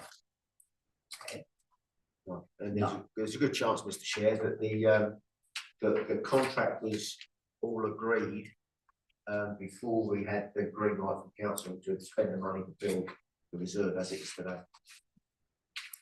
So that's probably what was. I'd have to go back and look at as to why it was. But it could have been in place 4, 5, 6. But that same contract has the new reserves on Bend Street and stuff like that on Greek and the clearing. They're not that old. Yeah. They're not even 2 years old. It's the same age as what's developed over there. Right. So how it was missed when that's at an amenity cut and they were developing that at the same time, and that's an informal cut, I can't understand. You know, all the clearing was included, Yes. which is the same age as what's been done in the Eastern Reserve. So I feel council's dropped the ball a little bit on the whole thing. Anybody else have any thoughts? I've just got one more question. So where is Delta running in the approval rate of what they're doing? They're still running at 100%, are they, or they dipped a little bit? I think I've got something in there about that. I mean, it's one of those things. So, in the ideal world, they would be meeting specifications 100% of the time, but we don't live in that world. So, all of our contracts accept that some of the time our reserve will be our specification, but they still meet the 85% threshold. Then that's a good enough space for us to be in. So they'll get an automatic rollover. Yeah, Dan, can you talk through the audit process and this monthly measurement process, you know, on what they've done, etc. My understanding is a lot of this, let's say, self-policing. So there's two aspects to the auditing, Mr. Chair. There's one that, well, first of all of the audits are captured through our electronic system called Laserfish. Whoever does the audit, they do it on their phone and it automatically updates the database back at council. You mean the people who are doing the mowing? So the people that do the mowing do their self-audits. Yeah. And if they identify any issues, what's supposed to happen is that it's supposed to automatically notify one of us and Delta. Now, there was a breakage in that we didn't realise, and I think John talked about it last time he was here, he wasn't getting those notifications.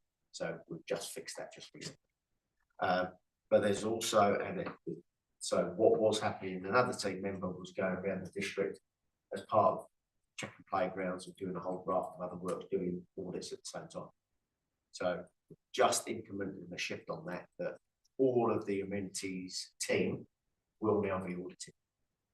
So there will be more audits undertaken.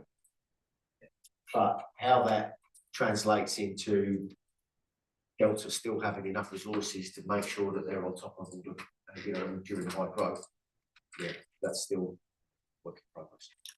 So I'd just like to, and no offence here, Dan, I'd just like to point out a problem that occurred recently after our meeting with Delta.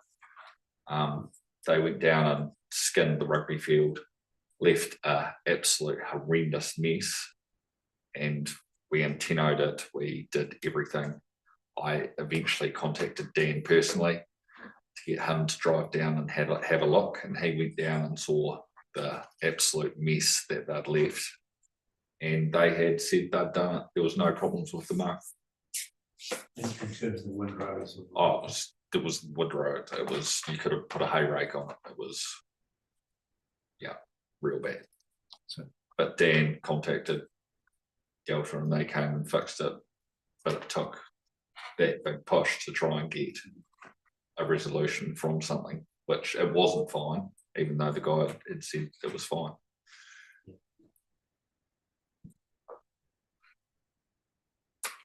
Yes, Mr. Yeah, there are some changes that we're just working on at the moment. Not least Dan Blair, who's been absolutely excellent for us as is leaving council. Yes.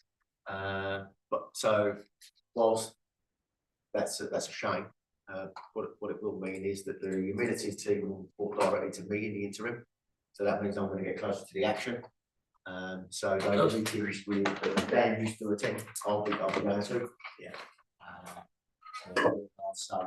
So there's some moves afoot better, and we've got to get better, and that's not just in this ward, this is right across the district.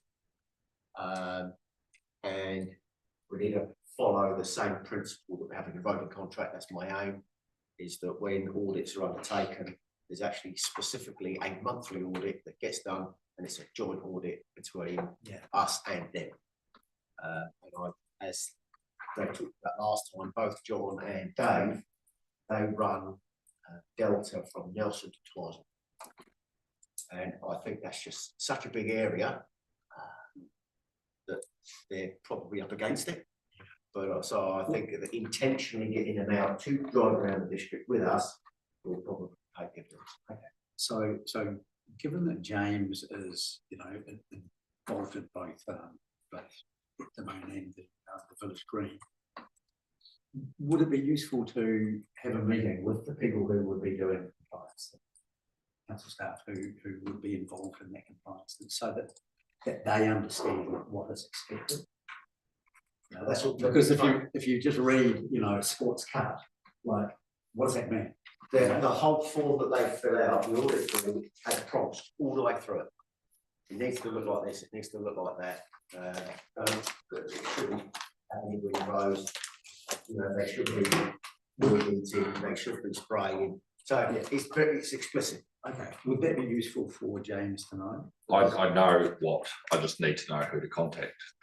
And most sports clubs need to know who to contact for council. Things are wrong. Yeah, because the mowing thing is to put it on Tino, but you've just painted the field and the mowing contractor's turned up and windrowed the whole shit out of the field, and you've got a game in 2 days' time. Yeah, you can Antino it, but it's not going to solve the problem very quick. It was like when I contacted Dan, there was a guy who turned up, turned around at Cheviot and came back down here to go straight onto their rugby field to fix it. So, because we had rugby the next day, pretty bad, well, real bad. But the cricket field, is there any chance of somehow getting a few extra mows possible? Well, we can do anything we like, Mr. Chair, it's all going to cost.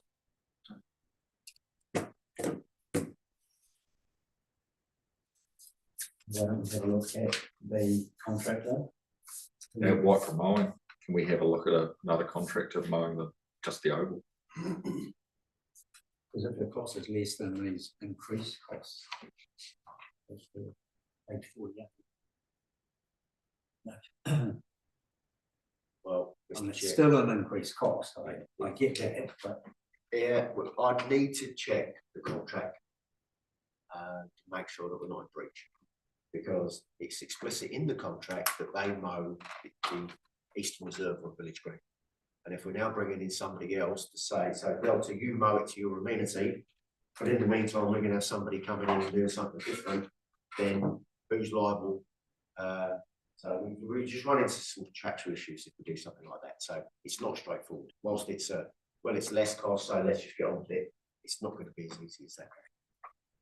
So we're trapped. Well, Mr. Chair, I need to have a conversation. Like I say, we're just shaping up. We've got some changes afoot within council, which will mean that I'm going to be forced to get more involved, and we've got to make some changes. So I can have that conversation. Yeah. keep the hotline going. Yeah.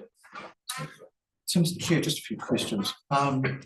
Dan, after our April meeting, you were going to meet with Delta, I think, the next morning on site at the Domain to check how whether it was mowed within specification. Did it meet specification? Can you give us feedback on that? Well, Mr. Chair, I wasn't going to be at that meeting. I think that Dan and Josie were supposed to be there, but for some reason you didn't meet, did you? We met Delta down at the Domain. Yeah. And discussed it, and yeah, they weren't at specification that day. They were not at specification. No. Okay, that's fine, that's all right. So now the other thing is, just looking at here, so it's basically $995 a month to go from informal to amenity to the cricket oval, and then $13.50 to maintain it as a sports cart year round. So am I correct that you need to add those two costs together? That comes out at 28 grand a year.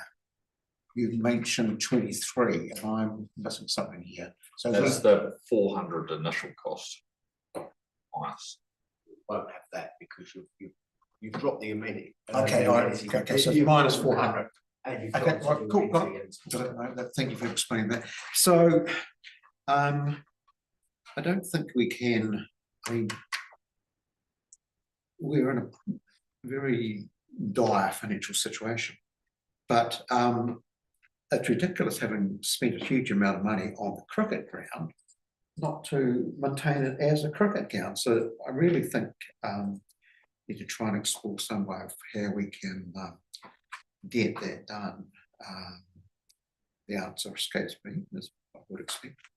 But I think Dan hit the nail on the head. At the moment, we're locked into contract on it, and we may not be able to do anything. So I think we need to ask Dan to check that and just see if there is any options for doing some work on it. But so it'd be basically is an extra $23,000 per annum on the village green on mowing. And the recommendation is not. The recommendation is not to go down. correct, that's right. I know, I'm aware of that. So, yeah, Pauline? Yeah, thanks, Mr. Chair. Just through the chair.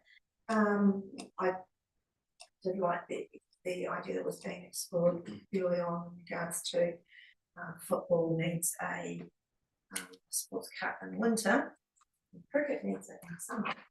It would seem that if there's a contractual way to do that. But I guess my question is, you know, a level of service formed as part of a licensing agreement between the cricket club and the council. And I have to ask this, do we have a licensing agreement with football or anybody else who receives a sports card? Because if we don't,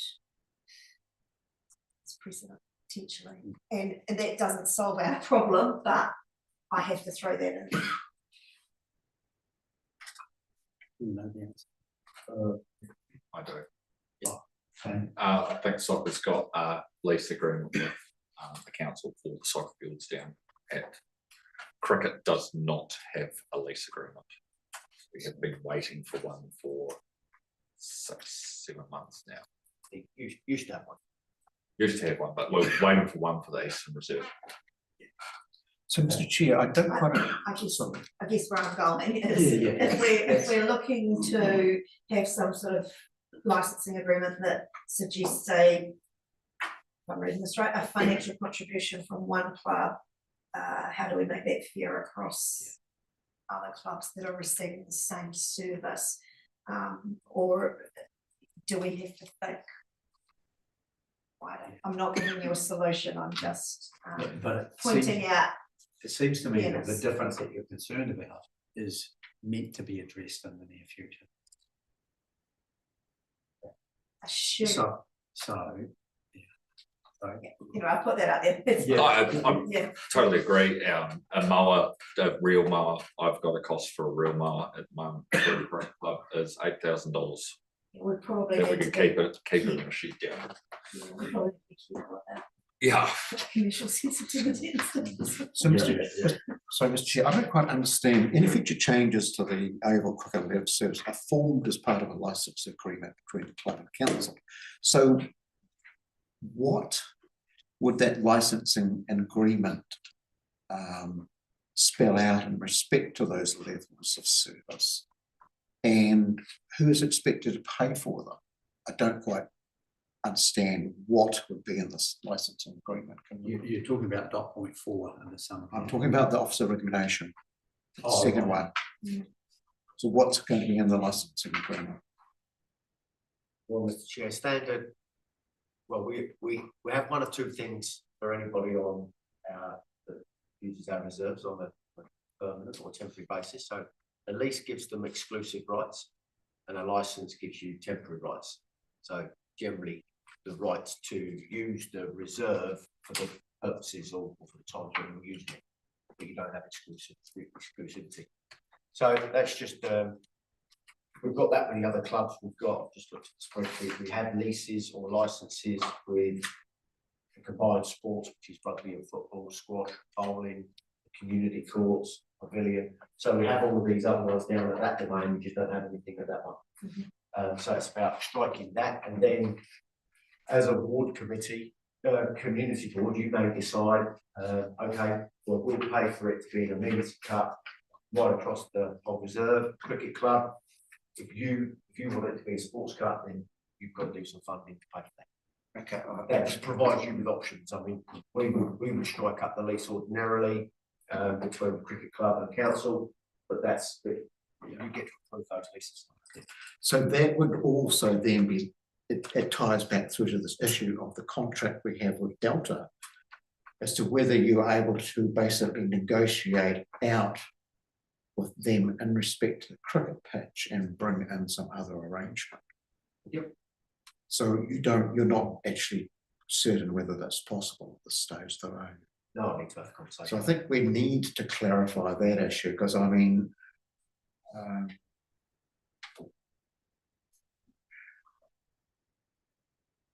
I think we need to clarify that. I would like to see us do something, but I think we need to get that sorted.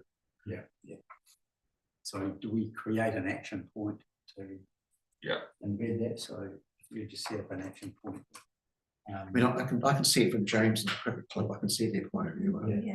So there's a number of things there. One is probably we should, move to get cricket license or lease.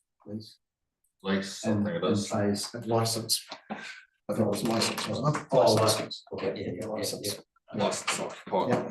LTO. Yeah. And then that would cover all of those issues. Yeah. Because it'll be part of that. So how about we have an action point? Flow through here. No, I'm not sure. Josie looks after.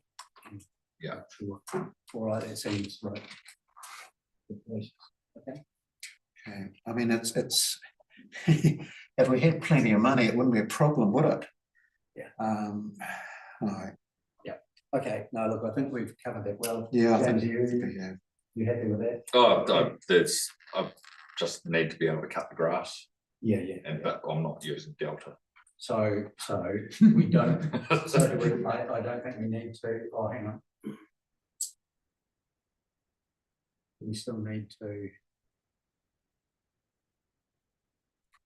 Maybe we do need to, put that recommendation.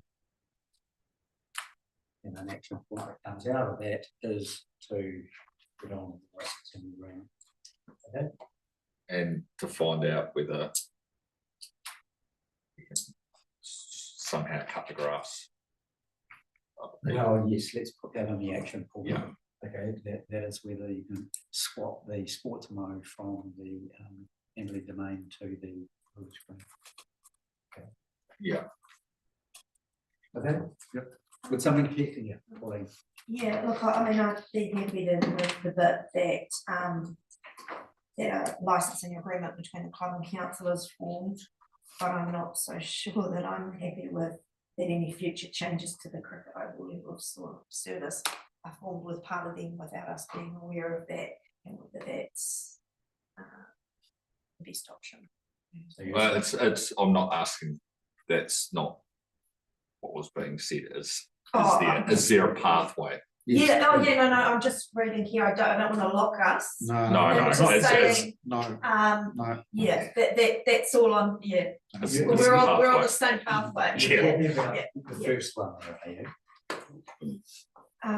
That the council approves maintaining the current level of service. Yeah. I was You're talking concerned about about I was that. talking about the second bit, Okay. that any future changes to the cricket oval level of service are formed as part of a licensing agreement. We definitely need a licensing agreement, but We're not committing ourselves to that at the moment. no, that's right. Yeah, that's exactly what I'm saying. Okay. I think. So, yeah, I think It we'll doesn't delete the give- first one. Dan, I don't think what he needs in regards to the mowing specifications and budgeting moving forward, does it, Dan? No, but that's okay. We'll work something out. If I, through the chair, if I take out the second part, the mentioning, that tidies up the first bit. I've got an action point here around what James has just mentioned. So that can go onto our action sheet. Yeah. Okay. So we have covered that. Okay, so under the officer recommendation, what do you have then?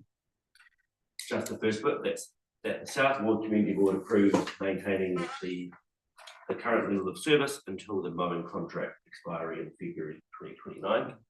You're happy with that? Gonna have to be, but I don't see any other way. Well, Yeah, okay. we were maintaining it overall, but if you're talking about things like swapping sports from down there to there, it's not exactly the same animal at all. So, But we're trying to capture that in the action. I think, because it's a point of discussion. so I'll just make that point. Okay. Okay, and Tell us it maybe, but not in the sum of its parts. the second one we're suggesting Yes. okay, That a licensing agreement is formed between. Yes. It's not necessarily related to mowing, is it? It's just tidying up. so say that again. It might not necessarily be relating to mowing. It's just tidying it up, getting that licensing or leasing in place. Yes. Yeah, okay. Yeah, just a licensing agreement, because then you can cut off what you want. You're not tying yourself down. That's all. Okay, so we leave it. Can we just hear how it works? So it's just the first part.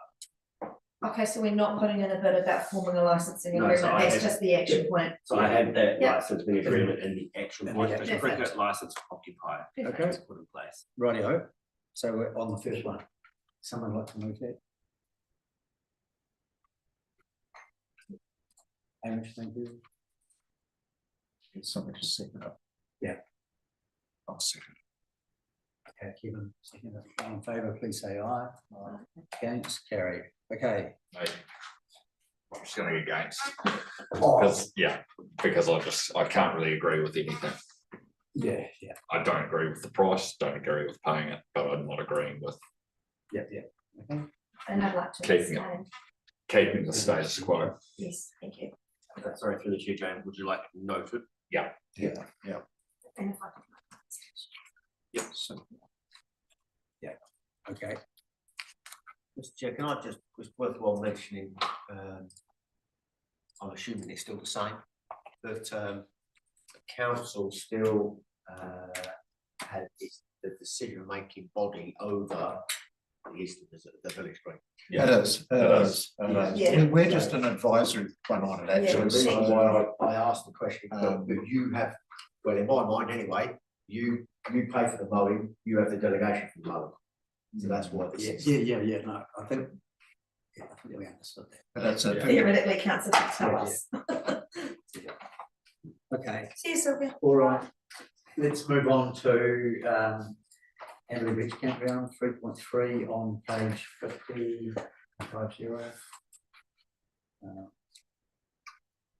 Daniel Harris. Okay, so you requested some information about the campground. I didn't see until pretty much I finished the report that Kevin had asked some additional questions, but so they didn't quite make the cut. But so yes, your revenue has been in decline. I'll take you straight down to what's that page 51. You can see that in 2018 had close to $65,000. Now that was largely because you had people down that lived at the beach, and they were acting as a pseudo custodian, if you like. They were going around ensuring that people are paid. That kind of fizzled out, and then you start to see from 2022 that the numbers start to decline. And then what you see in 2026 is a monthly revenue of 18,000, and you can see it broken down monthly. Coupled to that, there are some operational costs which we've played out in here.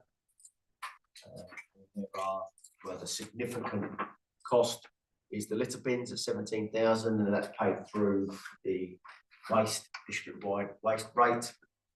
Yeah, just to clarify, it can't be 17 grand just to do those two reserves. 17,000 just to do those reserves, yes. It's about, it works out to about 17, somewhere between 14 to 1,700 per week. So it's quite an expensive contract. not the contractor, it's just expensive to ferry around continuously emptying the bins. And the compliance team, whenever they have to get involved to go around and try and move people on or try and deal with some unsavoury situations, then they're also they're charging their time to the general rate.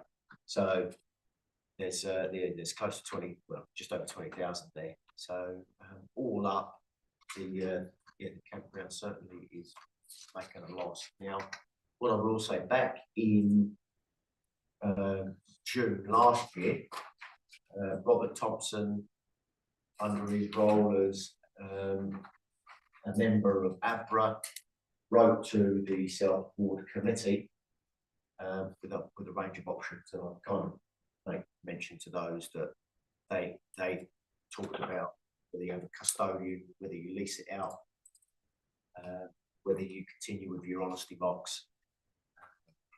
But it's simply, yeah, so there are a range of options that are open to you as to how you want to move forward. But also I guess the long-standing deal has been that the bund, or the Amberley Beach Business Ratepayer Association, take $20,000 out to service the bund at the current rate. Comes out of amenities. Any comments? So a few questions, comments, Mr. Chair. So we actually asked twice about getting information on the breakdown of the last few months of the summer between cash and the honesty box system and the internet. So we wanted to get that to just review how that was performing, and also to get a analysis for the year ended 30 June 25 as a definitive financial period to try and do that. So the report talks about the change in custodian, etc. So it wasn't just that. So there were several factors. There was the implementation of the Kiwibank system with the barrier arms. Everything else, and the fact that, okay, there's no light in there, so you rock up in the dark, you can't see anything. Not very good internet reception. The advent of the Motor Caravan Association establishing a camp up at the golf club there for $5 a night. So there are a lot of factors coming there, and then it declined. But getting back to some of these costs here, so it's interesting. So these are generic, they're not related to specific financial period. Hedge trimming, I wouldn't allocate that there. It's like grass mowing. So if you assume that the camping ground goes, you're still going to have to trim the hedge and mow the grass. Those costs will still be there. So I don't think they should be allocated there. We've heard from Jason tonight that the 2 toilet blocks are district-wide charge. So insurance, depreciation, etc. rates on those, okay, that's not going to be an issue, so they would maintain there. So that's right, that's fine. There'd be depreciation on some of the Kiwibank equipment was provided there. In fact, the security system should really be written off over 3 years. Litter bins, $17,000. So that is just not, so that's the total. So there's a district-wide collection cost for the litter bins, and it goes to district-wide account. This is the allocation and assessment of what relates to Amberley Beach or Amberley Beach Campground, which is campground 17,000, which is handy.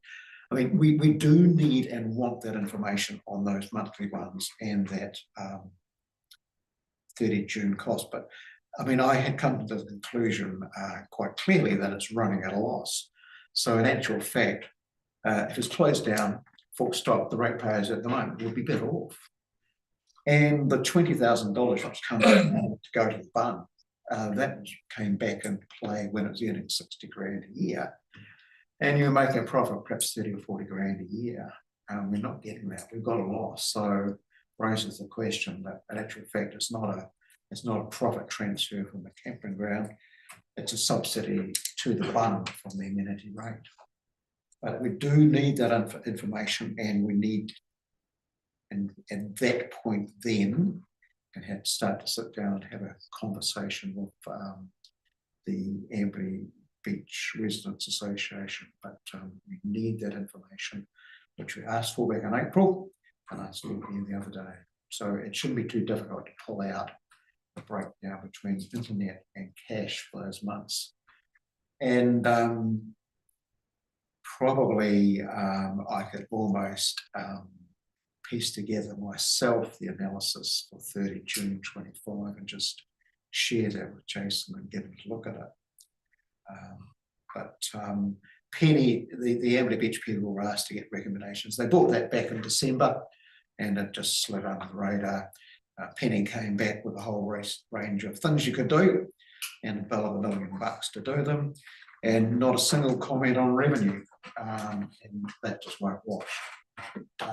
So the options sort of centred around going to the tiny home option, where you would get increased revenue without any investment because people pay for the tiny home.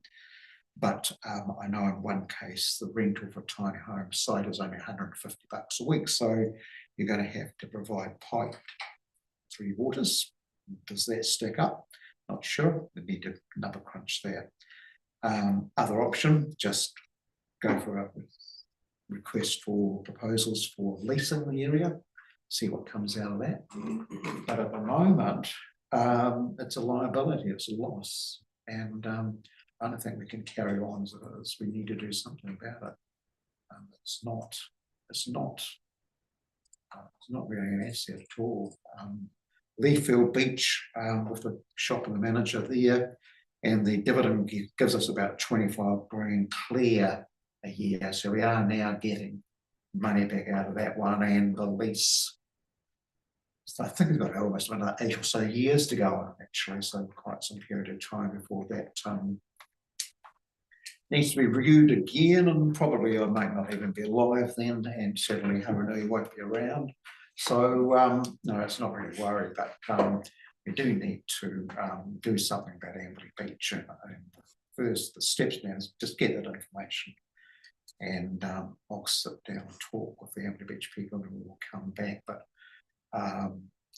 as I say, the Penny proposal didn't provide any assessments on increased revenue. So why the hell would you want to spend $1 million for a site which you might get another 40 years out of, perhaps? And you know, and you don't have money for investment, so the options are fairly limited, but they just need to be talked through. So we just get that information, and I'll be going back down to talk about it. And the mayor has always sent a letter to the Residents Beach Association mentioning my name that I would be doing that. And that came as a complete surprise to me because I hadn't heard about it. Okay. All right. Through the chair, Kevin has sent to Jason a spreadsheet with some comments and highlights. So that is. Yep. As I say, I think from what I know now, I can almost piece together the 30 June 25 analysis of that actually. Okay, that's cool.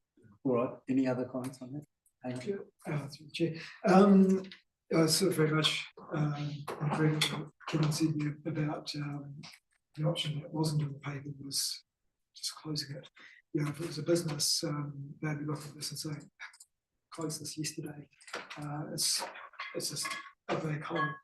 And one of the things that occurs to me is that any development that would be done there would be inconsistent with sort of managed retreat. It seems like a good opportunity to actually be quite serious about the managed retreat. Close that down and start something like, well, this is happening. Yeah, but Hamish does pull out a very out of, as it quite often does, out of the hat. Another issue that should you perhaps be looking at the campground, but also the managed retreat option, because there's a bit of green space which is back further. Could be an option there for people to do a tiny home on that. if, for example, they've lost their home along the front there. Even if we went down that track, you'd still have costs of. Yeah, That sort of thing, well, so you'd still have quite a. yes, I know, substantial it was just simply an idea, that's all. Yeah, no. I hear what you say, I mean, very valid given the context. Any other comments? Okay, someone like to move that we received the information. Yep. And Kevin, Thank you, Chair. all in favour, please say aye. Aye, against, carried. Okay, thank you. Now, contestable fund application process. Nathan, in your hands. Excellent, I'll give you the short, speedy version of this. So now that South Ward is a community board, it's getting more money towards its contestable fund, and I am getting inquiries coming up from people. Some of these are just general information inquiries, but there nearly were about 5 contestable fund applications tonight, but most people missed the deadline for getting them in. However, there's also no process around it. So thinking of transparency side of it, I seek, and Kevin briefly touched on it earlier, what another committee does.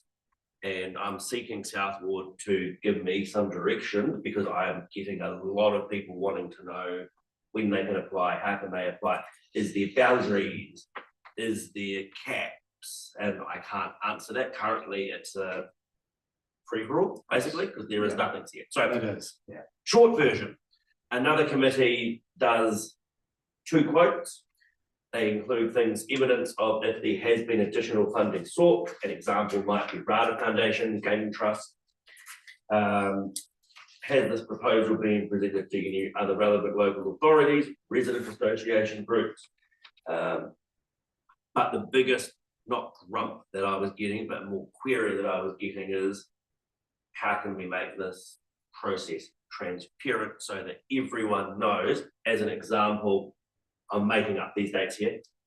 Applications close January and December. So everyone is wanting to know a bit of a set process that I can let people know. That is the short version. Yeah. Yeah, thanks, through the chair.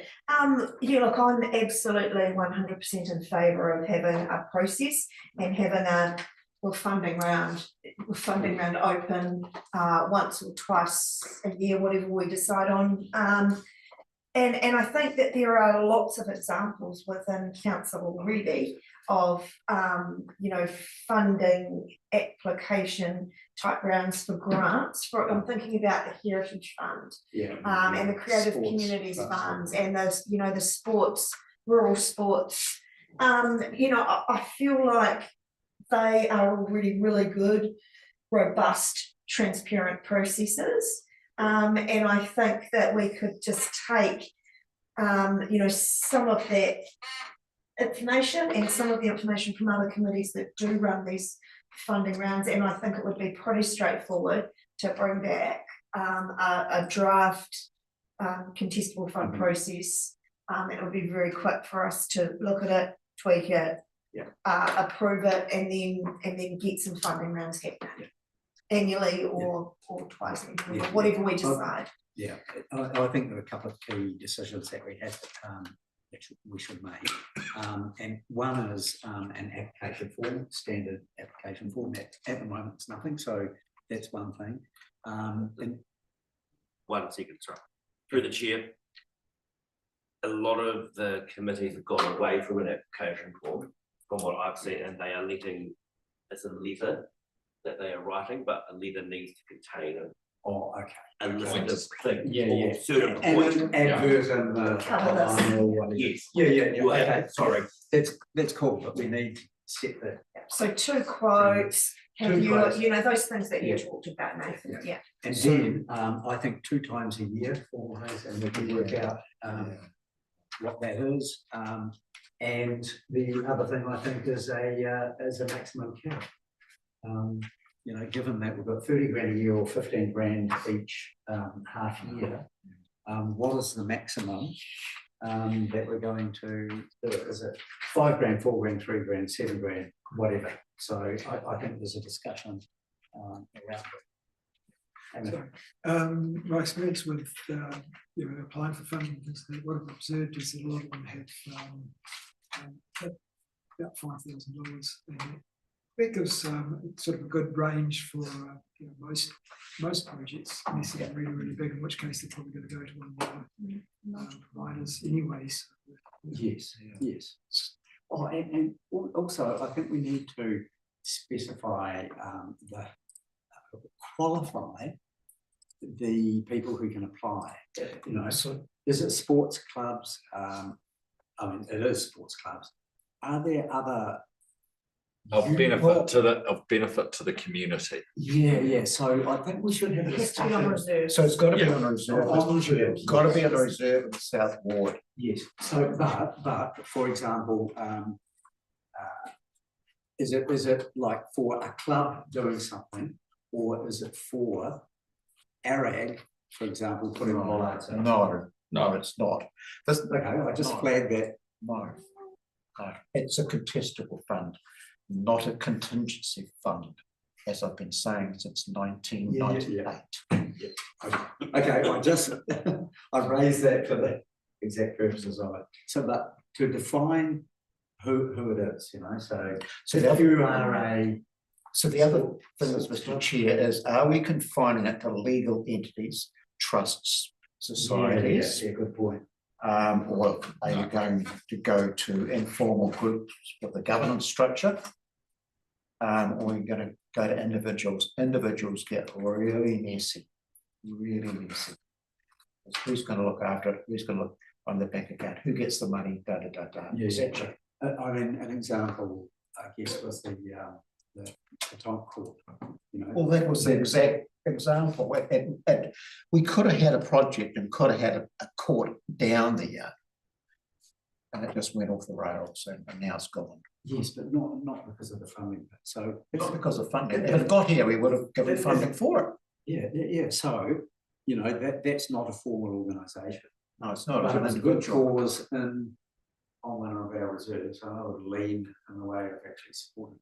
No, if they come to the now it's lost. Yeah. And another example is the Geophysical Observatory. Yes. And weed busters that do work down in the reserve Plunkett. Yeah. Anyone that is doing work in the areas for the benefit of the larger community. Yeah. On full support of. Yeah, well, it comes. If you're talking about groups doing work on reserves, that covers weed busters. Yes. So, Thanks through the chair. One of the things I'd like us to consider, or let's discuss, is something that Creative Communities, which is administered through our council, does is they request like a follow-up report within a year of the funding, just kind of, this is what we did, this is how it went. So it's not just here's the money and it's finished. The other thing is, we had that little discussion about maximums. That's a particular fund where they have a certain amount that can be, can be gifted out. They don't have a maximum per group. It's more about each of the proposals being weighed, and sometimes, and this may or may not work, sometimes they might give a proposal, someone might ask for $4,500 and they might give them $2,500. The risk with that is that without the full amount that they've asked for, it can put the project in jeopardy. So, that's, but I think we need to be careful about maximums, because, you could get something that is an amazing proposal that's going to benefit a really big number of people in our community and take $15,000, versus 5 tiny little things that are going to benefit a smaller group of, So I'm reluctant about maximums, I think, you know, we take each You think proposal it's- on you its. think it's not necessary? I don't think I- it's necessary. I think you take each proposal on its merit. And that even happens with things like the Secondary School Achievers Award, you know, there's a fund there of $11,500 and, Yeah. you know, never is that given to one, but, you know, different amounts are given to, you know, on the basis of the proposals. I think, Mr. Chair, if you don't have caps, you're going to raise false expectations. You've got $15,000 for this round. Somebody's going to put on an application of 15 grand.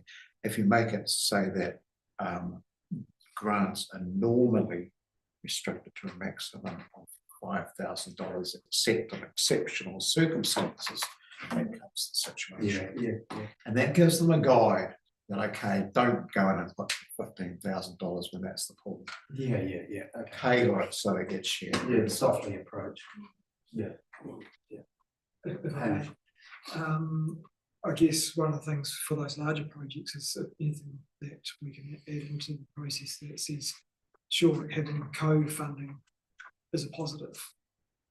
So, you know, they can sort of apply for $5,000 for a 15 grand one because they're going to be getting 10,000 from elsewhere. So that, I mean, I've written a hell of a lot of bloody applications. Quite often they'll ask you to cost out your voluntary input. They to charge that as $24 an hour. Yeah. So, I mean, that's another factor which you would have positive consideration. If they're putting in a hell of a lot of time, better than just, you know, oh, we want down $5 grand to get Joe Blogg to do this, you know, we're doing maybe nothing. Whereas we want $5 grand and we're putting in, you know, 100 hours of our own bloody sweat equity into it. So the criteria like that as well. Right. One other thing I think is, you know, applicants should only be able to ask once a year. Yes, correct. Or there's simply, maybe people can ask as often as they like, but as part of their application, they record which grants they have had within the last so many years. That's what happens with a number of other. Because you could have an organisation who might have received, you know, $1,000 for this project, and they might have this project over here, you know, that might be just as viable. So it's, yeah. I think, Nathan, do you have enough of a steer to kind of put something together and then we can, Mr. Chair, I think I've actually already put together this by you talking. yeah, right. And I've done it before, outside of here. So I've got, can I just address each point with, oh, sorry. Sorry. Yeah. So one of the things I've observed is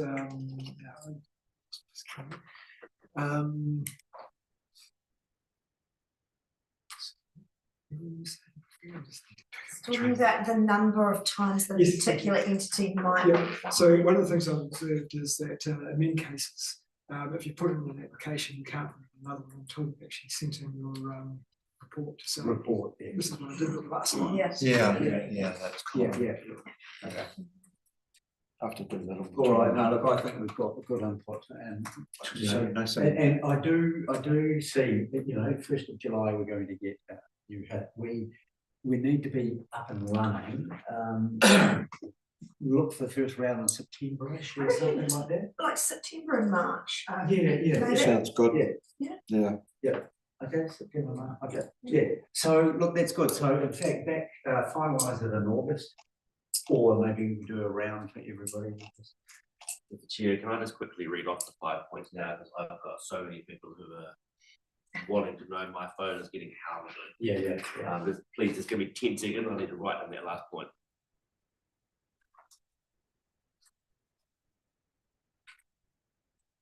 Sorry. All right, I'm just going to do them one by one. We can get a consensus, please.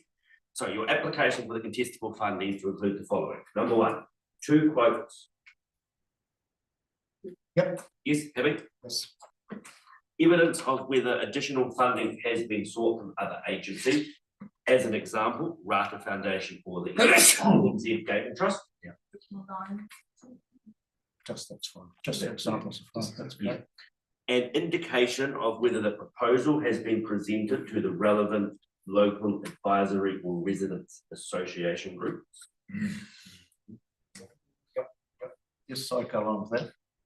I think what Nathan's So- thinking here is if it's something that's proposed for the reserve down at Amberley Beach, that we might have an expectation that it's been presented to the Amberley Beach committee, or if it was at Leithfield, So- we might think, oh, the- Leithfield should have seen it. The other thing, Nathan, would be, would you say that they have required approval from the council? I mean. Sorry, explain that.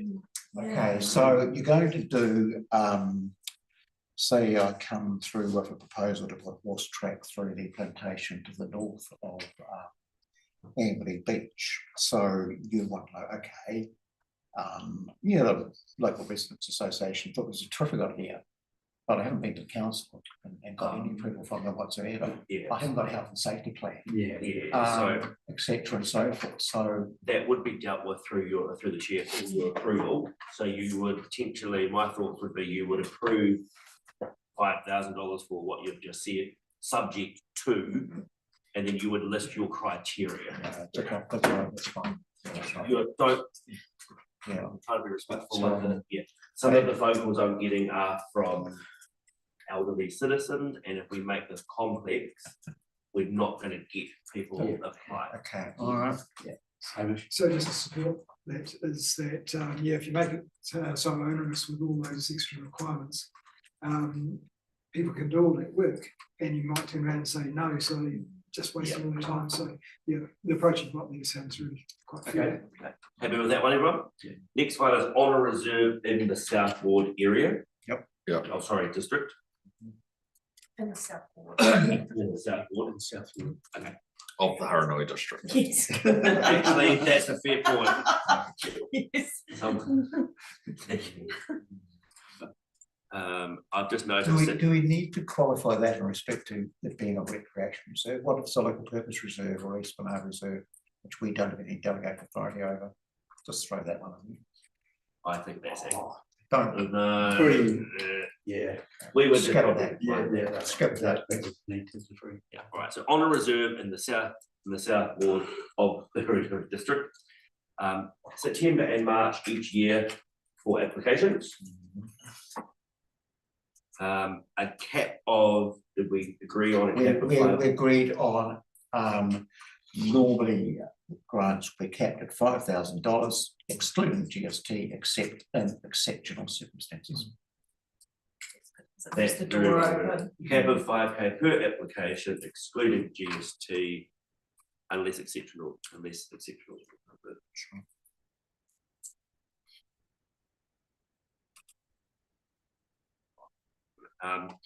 This one needs a little bit of work. So within 1 year of the funds being drawn down, a report is provided to the community board. Yes. A brief report. Yeah. Yeah, we don't want them to think it's onerous though. Okay. So would you like me to add in, provide a brief report being drawn, within 1 year of the funds being drawn down, a brief report is provided to the community board on how the funds were used? Yep, that's right. The other thing there would be that any unused funds are returned to the council, which because we're going to pay out of the quotes, okay, that's fine, right? But if, for example, came in less or some circumstances changed that there was money unused, it should come back. Yes, that's Right. comes back to the The South Ward Community Board, get back to the. Okay. Two more. Applicants cannot submit another application until the previous report is approved. You could call it accountability report. Receive. Accountability receipt. Receive. We don't really have to approve it, do we? Yeah. Because we, Yeah. the other thing is that that can be a report that's sent in writing. We don't need them to come and deputise to tell us what they've done. It's just a, Or change the word to receive. yeah. The one last thing on my list was would you like to set a time frame for when funds are going to be drawn down? So I've just noted funds need to be drawn down within X month because there are some 6 queries- months. 6 months. Yeah, 6 months is fine. So, yeah. Well, the only reason I'm asking that is But I they have- can't sit on it forever. Like, No. so when the bowling club going to claim their 10 grand? I'm just wondering, for example. The container's sitting there. Okay, Is- what? Oh, Is okay. 6 months, is that standard? Thinking creative communities, it's a year. I was thinking don't more- Yeah, know. but 6 months will roll around in, so March. They haven't drawn it down from We want to have it September. back. We've got it back. It's Yeah. there, ready for the next So- sort out. So what about the issue of legal status? Is the other one? You mean incorporated society or not? Yeah. I'm happy to be flexible on that. because Flexible. We can make a decision Very around, flexible. around the table. Yeah, I'm just thinking back to, you know, the situation the Yeah. cricket club was in, where you were hamstrung, you couldn't. Yeah. You couldn't look for funding because the status wasn't there, so I agree with you. Are we asking them to advise us? I'll put it the other way. Are we asking them to advise if they are an incorporated society, charitable trust, or informal group? Won't that come through in the application, the name? Yeah. Yeah, I and what just they're said doing. Limited, you know, ABC, charitable trust. PG, I Crikey. don't think the I mean, it's easy enough to check, might you? Yeah, but in the end, we make the decision, you know, so. Through the chair, we do have I've added into the top of that, which I didn't read out, was an outline of the project. Yeah, absolutely. And so Nathan, do other committees, do they offer, not as a mandatory thing, but do they offer an opportunity for the proposer to come and present their proposal? They've got 10 minutes. No. So that if the reason I ask that No. is because then if we have any questions No. of clarity, that's the point where we can clear that up. Because there's nothing worse than sitting around with a proposal that looks really good, but you've got 3 really big questions that could be answered just like that. If they make a shit application, there are consequences, full stop. That's the way it is. That's the harsh reality of the world out. Full stop. No, that's fine. Okay. Everybody agrees on? All right, so you've got, Are we happy yes. Yeah. with that? And do I please have the board's permission to contact the people that have asked me? Yes. Yep, Yes. sure, go ahead. Go ahead. Thank you, great, thank you. So when we say, you know, we talked about September and March, will we open applications from the 1st to the 30th? And then we would make a decision at our September meeting. October meeting, or will we open them in August? Yeah, actually, at the moment, we've got 12 grand Yeah, Sorry, I'll- under the old regime, which we could do now on our, yeah. it was a formal basis. So we could open it on the 1st of August, close it on the Yes, yes. 31st, Yes, I see. what you're consider it in September. Yes. saying. Yeah. Yeah. I would be suggesting, based on community feedback, that it closes on the month that we've noted, October and March. It comes to your next meetings, September. sorry, September and March, sorry. So you would be getting it in your October. Yeah, however, I've got some community groups who are wanting to get me their application now ready to go, so We haven't got any formal process yet. now we have a formal Oh, now we process. have a formal Do we process. have to adopt that formal process? I mean, it's better than what we've I wouldn't got. I wouldn't have thought so, you know? No, I don't feel you do. How about you just circulate it via email? Yeah. And if Feedback. we can Yeah, send yeah. feedback by, you know, End of the end of the week or Yeah, a yeah, week, next week. yeah, and then, then we can, Okay. I mean, the thing is, at the moment, we have nothing. I think, yeah, no. So I this wasn't is planning on- great. I wasn't planning on designing this into a little like, it'll make sense when I do it. but yeah. Yeah, that's great. Okay, So if you send it to us and give us a timeframe for feedback Yeah. right here. Yeah. And Okay. I'm pretty sure we can manage that. and copy right? everybody in. Oh, absolutely. Thank you. Okay, that's cool. Right, thank you for Good that. job. Nathan, right, correspondence, there was none. okay? No, Jeff. 53, page 53. No. Yeah, no, now onto the action sheet, and all the latest ones are in red at the bottom. James? I distributed an email to the South Ward Committee about a tree planting, well, a garden plan that they're planning on doing. If you saw it in your emails, the trees have come down around the school there. Yeah. It's been mulched. I happened to come across the little committee that's running it, which is the mother and daughter and Trish Coleman, Trish Coleman, yes, right. and had a yak to them, and they forwarded me that email, and Lions have taken away the logs, and they're going to get a digger, and they're potentially putting a application in for the contestable fund for plantings, which they're going to get the school to do. Very good. That sounds like a really good community project that's involving so many different. Not incorporated though, not formal management, Yeah, but yeah, it's yeah. But all, fantastic. yeah. Great example of that. Yeah. So do they have a bank account though? We don't know. No, the council can pay for the bill through the contestable fund, as Jason Beck has said numerous times.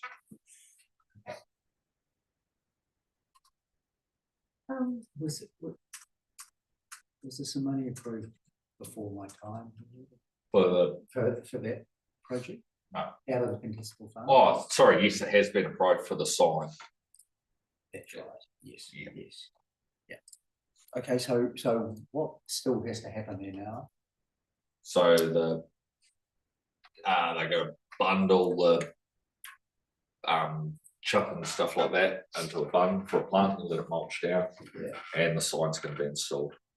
And is that about the end of the project? If you saw on the map, there's a couple of things going in. Yeah. So, yeah, but it's just an evolving project. Okay, so Mr. Chair, what does South Wood need to do with this? I don't think we have anything for you. So we complete that. I think so.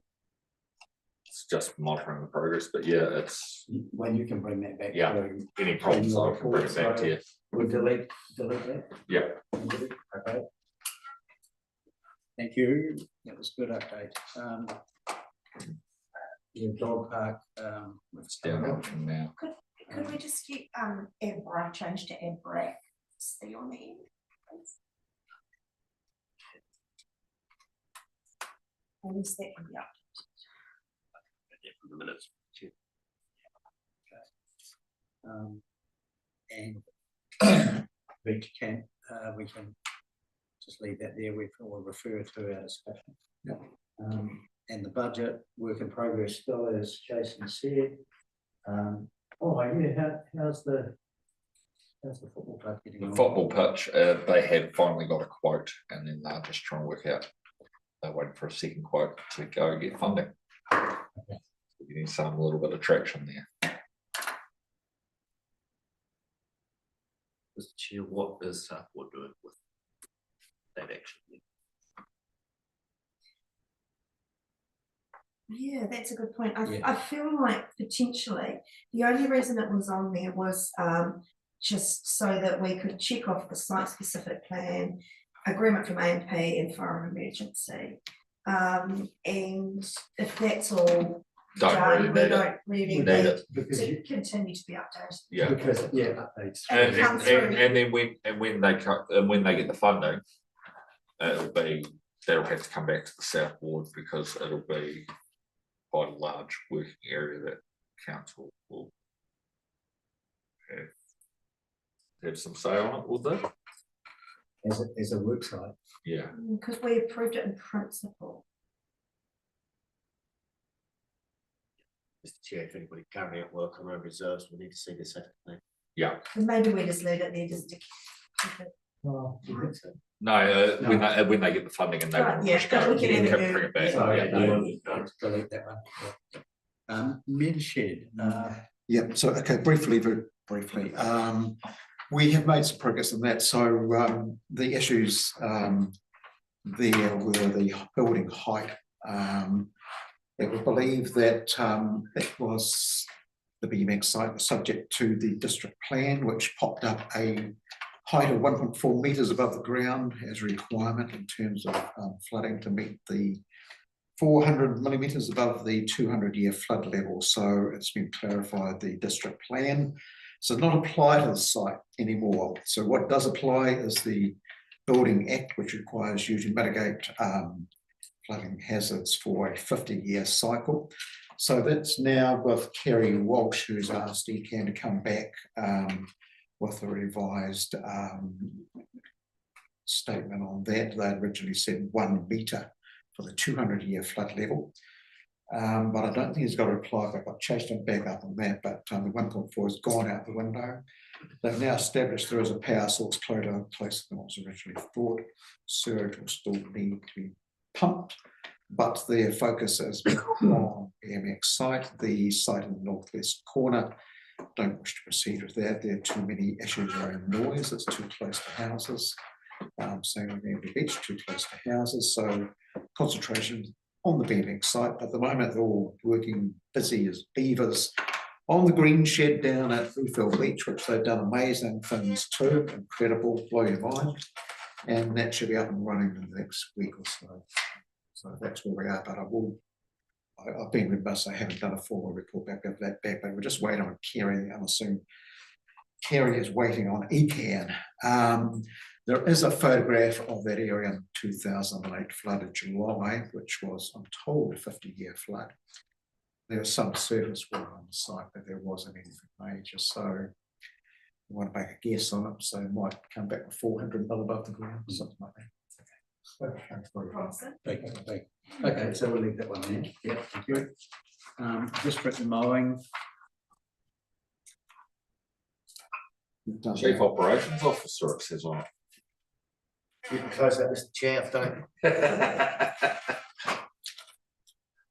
You happy with that? Yeah. Then through the action plan. Oh, well. Yeah. But, yeah, that overall one is gone. Now we've got the specific additional one that we have. Okay. Close the one, added a new one for the village green. Yeah. And long-term plan calming measures that we'll be doing. Okay. Let's call council update. We're getting there. Sorry. Okay, I'll take it as read. Are there any questions, I guess, is that? Decisions around the Hammer Fly. Yeah, that's been a long time in the works, and you're around the table, it was always thought that it would deliver positive outcomes for Hammer Springs as a whole, but unfortunately the time period that has lapsed has meant that the costs no longer make it viable for council to pursue economically. The consent remains live. Should a commercial partner come along, but I think it's only live. I think it's another 5 years, Dan, 29 potentially, but yeah, it's the end of an era. End of an era, yeah. Okay. But everybody's clear now at least, so.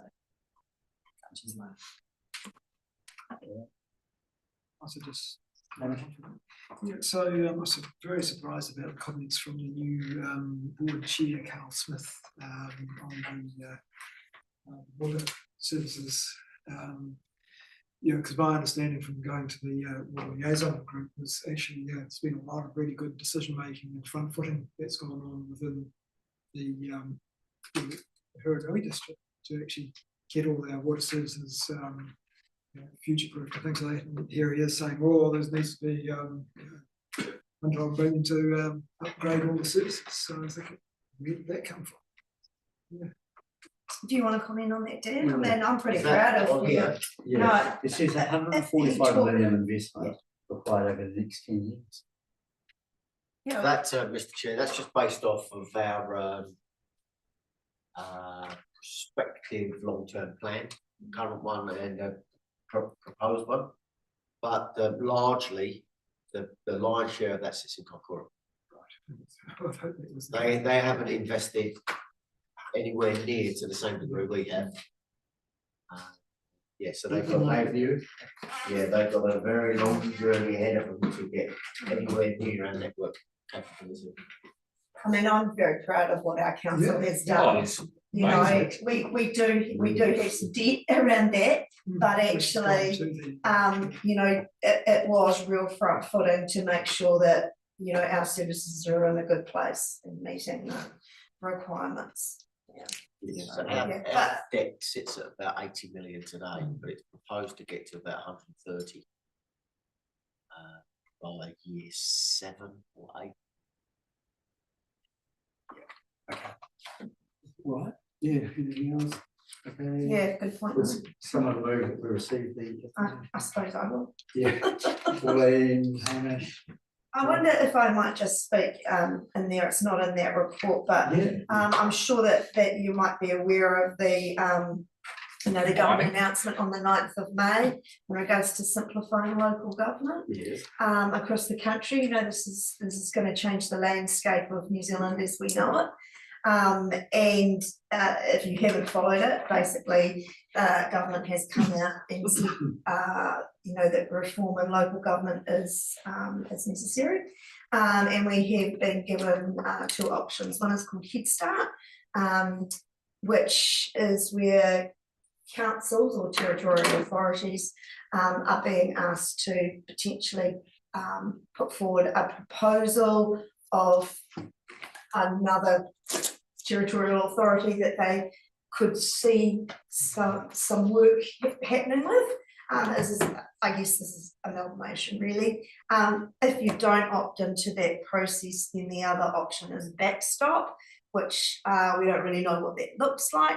Basically, the government will probably decide where you go. So you'll be aware that there's been some drop-in sessions around the district, and they've been kind of like fireside discussions really, because there is no, this is not consultation, there is no, this is what we think, this is our idea, what do you think? This is, what do you think? It's a whole lot bigger than that. So that's happening at the moment, and there is a feedback process open until the 21st of June. Yeah, so you know, it's worth having a conversation with people, family, you know, family, friends, about what your views might be about what are our potential pathways. You know, should we hold the pen and say, we think we'd like to buddy up here, or should we just go, nah, you know, nah, do whatever you will. And if you think we should hold the pen, then what are your thoughts around, you know, what's important for Hurunui and how it looks going forward? Where are the potential partnerships? You know, that government's been pretty clear that they favour unitary authorities.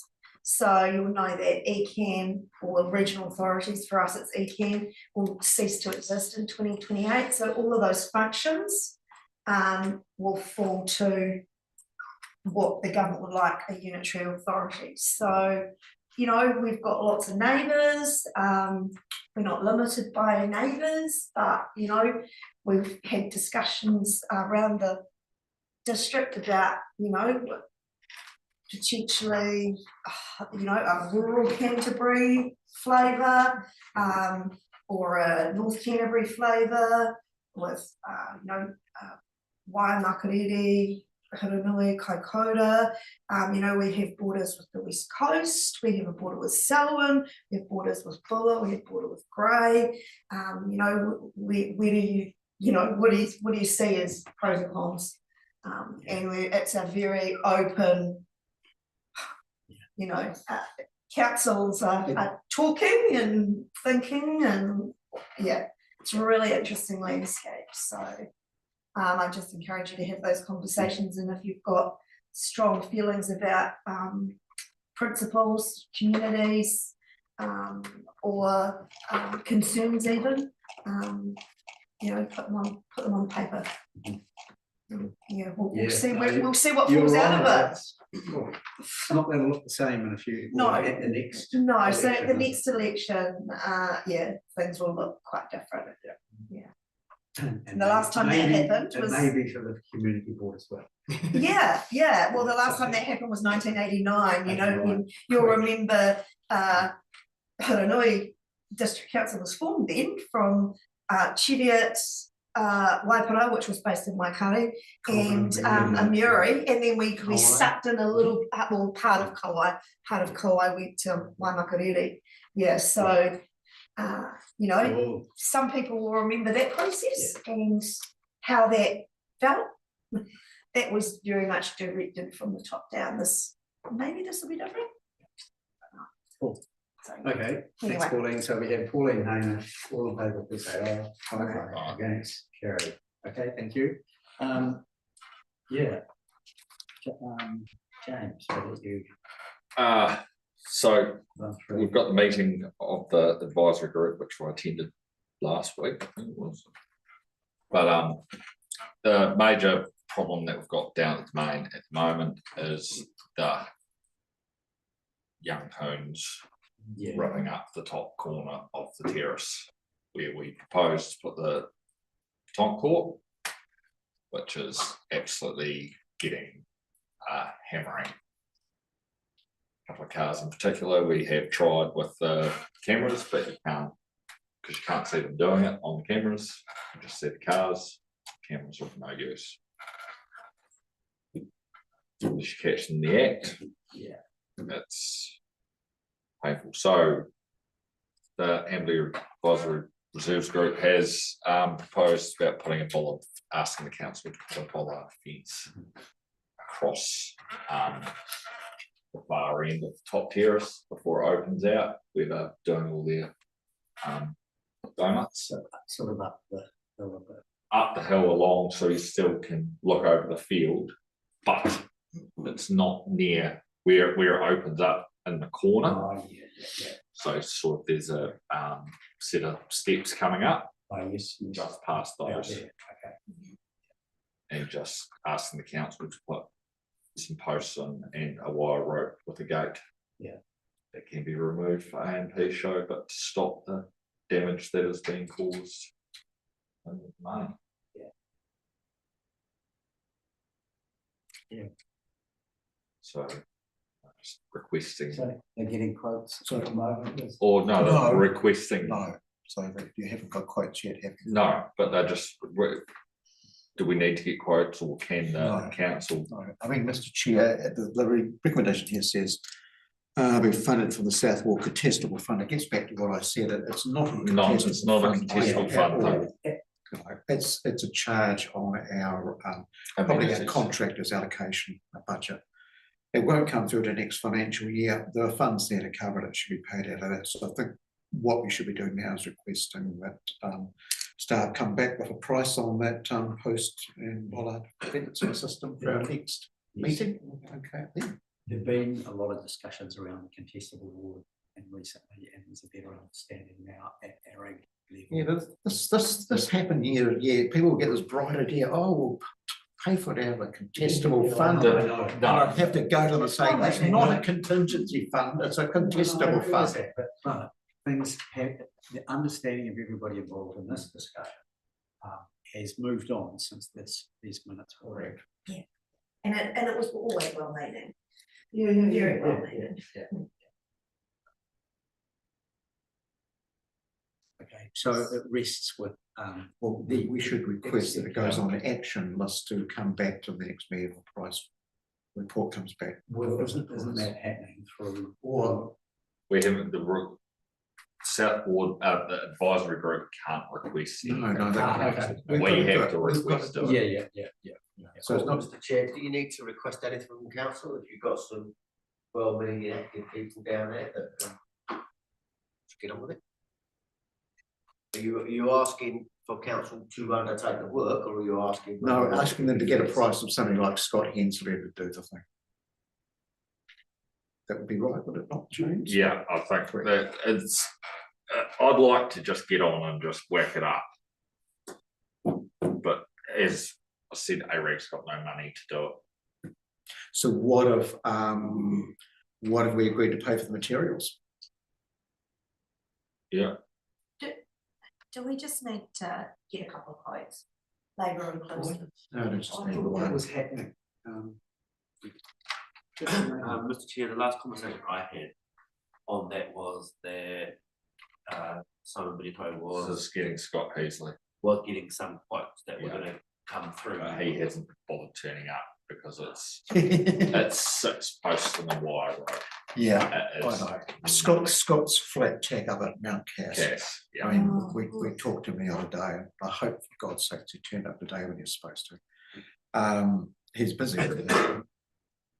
So I mentioned his name, but there must be other contractors around the place who would do it. It might just be a post out on one of the social media channels, just saying, hey, we need 6 posts in a wire road, who can quote? I can think of a couple of names, but I don't want to say anything here because it might be commercially sensitive. Okay, just a minute, we've got that. Just to try and progress this, Mr. Chair, are we able to say that out of the contracting budget that you were mentioning, Kevin, that we would pay for the materials up to a certain amount? Well, is anybody out there going to volunteer? I mean, I'm doing bloody post and cable all the bloody time down there, but it's a completely different kettle of fish. Doesn't have to be material because we will pay up to. Why is it a different kettle of fish? Different type of ground. Because it's not a reserve or. No, it's a different type of ground. It's easier to make the post than anything. So what Dan suggested, Paul, is let's just get on and do it. We don't. The point is that we don't know what the cost is, and No, I know I remember what the cost- I know what the cost is. I remember the CEO growling at us about the cash boxes down at Amberley Beach because we paid it and we didn't know what the cost was. We don't want to do that again now, do we? But I mean, You're able to help us by giving us an indicative. What cost price? So 6 posts, so $200 per post. It's going to be $150 to drive the posts. We're talking less than $500 for the whole project. That's the cost. The padlock's probably going to be the most. so you're doing chain, James, or the padlock? Just the wire rope Just wire rope with padlock. Yeah. Okay, right, simple. and a couple of clips. Yeah, Wire rope. But is anybody going prepared to do this as a working bee? I mean, I just don't. I think it's imposing a bit on AREG to be asking them to do it. But I mean, there must be another So contract. if council pays for the materials, I'll organise getting it done. Well, I'm happy with that. If James is going to make that offer, I'm quite happy with it. Materials are going to be what? More than $500, James? Max. For like the wire ropes. Yeah. I've just got to source the wire rope and that's Yeah, it. that's right. Which the council Okay. has generously has wire ropes. Given the and, scope of this, if we could do a general recommendation. I mean, at the end of the day, it doesn't matter too much whether it hits this year or next year. The impact on our debt level is going to be the same whether it comes in June or July, doesn't it? No, it's not going to be that much. So I mean, I'm quite happy with okay up to $700 GSTX. Are you talking about GST Inc or X? X, yeah, GSTX. $700 GSTX. And that, I mean, what used to be happening in the good old days was you got Alex Cook, gave your bloody stores or whatever. Oh, this is something, go down to the hardware and get the damn stuff off Arthur Burks or Pines or somebody, etc. So, and that's what is required for God's sakes, you know. Yeah, no, it's okay. I was just trying to think. I'm just thinking because I just think let's just get it done. But I'm just thinking we have to be seen to be following our own processes. You know, if it was anything else, we'd be asking for this and asking for that. I'm just trying to think what the easiest way to do that without holding anything up is. But I mean, Approve the thing, subject I to think so. invoices. I think so. Well, no, because it might be that, you know, James can go away and someone says, look, I've got half a dozen posts down at the vineyard. Because there seems to be a lot of vineyard posts around at the moment. No. Vineyard posts are not suitable. No, it's gotta be yearly round. Oh, yeah, round okay, posts. right. No, no, Okay. Okay, look, yeah, what's your suggestion, Peter? That- Well, Dan might make some comment, but I mean, I would, if we approved paying up $700 from the contractors budget, reserves contractors budget, to allow ARAG to get materials and do it themselves, are you going to be able to issue James with a purchase order on either bashers or gold pine for the materials, which would be the best way of doing it? Yep. You happy with that? How many other groups around the district work? Yeah, okay, look, I'll move that we approve. Sorry, Nathan. Can we just? yeah, I've Sorry. got to make a phone call in the morning and it'll be done. Sorry, Nathan. Sorry, Do you can we, want them up at the bit or? No, it's fine. Okay. can we I just, don't know how far it is, but I'll measure. Sorry, Nathan. Mr. Chair, can we just backtrack? There was people talking that I haven't caught the resolution. So I've only got as far as the South Wall Community Board approved up to $700, including GST from the win. Contractors reserve maintenance budget. Yep. For the installation of post and cable, a post and cable fence in the upper terrace of the domain as specified in the ARAG minutes. Does it need to have post, does it need to have gate in there as well? It'll have a wire rope gate, like what's Right, down, what's yeah, down right, at the yeah, main at the moment, yeah, is right. what we're talking about. Okay, moved. I'll move. Hamish will second. 15 metres. Have it, yeah. All in favour, please say aye. Aye. Thanks. Great. Yep, good. Bit of stuff going on there as the rain is. Yeah. Chiefs, it's really hard to get post. So James, how you gonna get them in post hole digger, or you got it, can you get a drive or not? Don't you worry about it, Kevin. Sure. Okay, that's right. Got enough, mate. James is gonna be Okay, happy with that's it. cool. Yeah. No, I've got contractors that I've Yeah. got with that. Okay. It's a phone call away. Any other things you want to cover there? You think?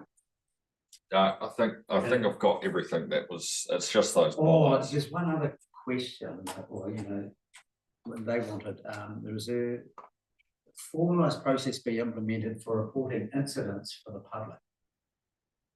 As there is currently no consistent process or policy in place. What about antenna? No, that's what I did say to them, use antenna. Yeah, I think you. I'm just enforce it to everyone to use antenna. Okay. So Mr. Chair, the problem with antenna is it's a cell phone app only. I used, Snapsense saw what I could do in my PC, but it's just cell phone based, isn't it? Or probably laptops. Try to. Yeah. Okay, all right, now,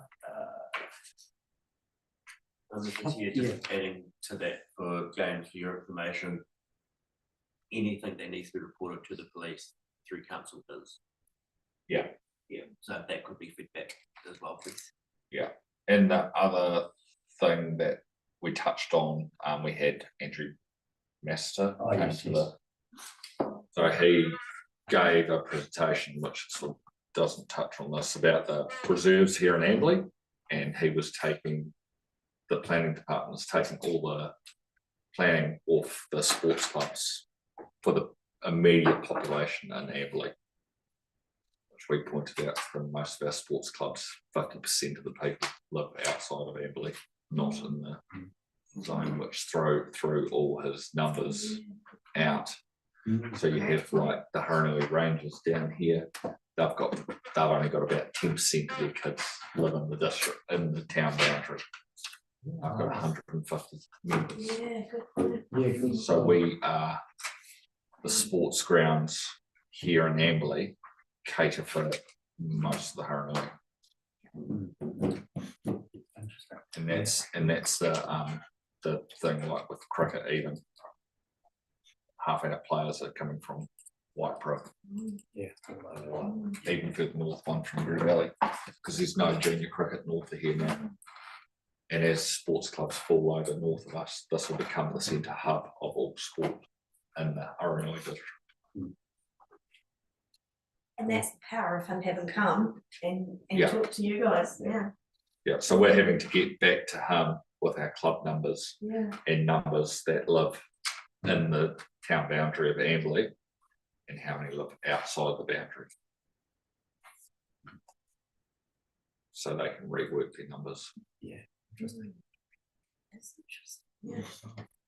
Cool, good report, thank you. And want to cover off Edgar? This is going to the city centre. Well, you were the representative for Adra, Yeah, yeah. and you were on Adra, wasn't that? Yep. Where we set you Trying up? to think of what else is Yeah. relevant. Well, just we haven't really done this before, but you know, the silos that used to have a seat around the table, you know, Adra, Arag, and the two beach communities. We have a person, you know, one of our members responsible for time, and I'd just like to beef up the reports back from each of those organisations. So in this, you know, last community minutes and verbal updates, we want to note that verbal updates have been added there. So I'm just wondering if there's anything that's coming from the Let's see. Amberley side of things. So they're busy.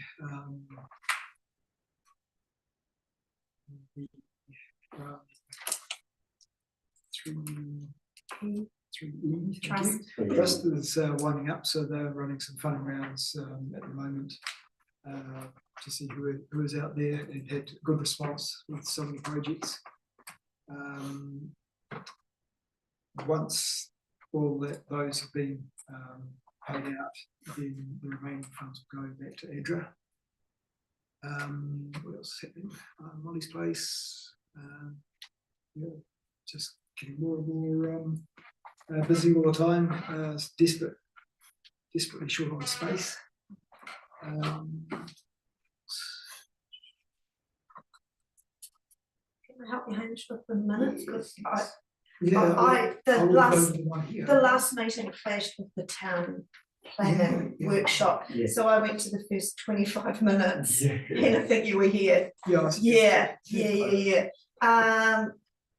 So you'll know that the T blocks are installed down at the Amberley Domain, and they're looking at an opening event date with Mark Grover. The all-weather track for the Domain, they're waiting for a contractor. Talked about the dog park location. The shuttle, the main pay application was declined, and COGS has closed. And Kevin, you're going to update them at the next meeting. But meanwhile, ADRA is going to continue to support the shuttle, even if that funding is unsuccessful. So that should last. The funding that I've got on hand should last through to November. They've picked up some Amberley Absolutely ideas, and potentially there might be, I had a discussion with the Youth Council on Monday, there might be a connection between ADRA, the Youth Council and the community team in regards to doing maybe one of those expos. You know, we had one down at the Tin Shed where any groups who want to pop in, then the community can come in and see what's available around, you know, the community.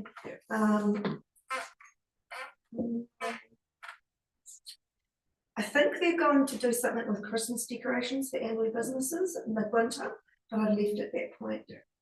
And probably the other thing is, do you want to talk about the repair cafe that ran in May? Yeah. So again, very good response there. So that was run entirely by ADRA this time around, you know, without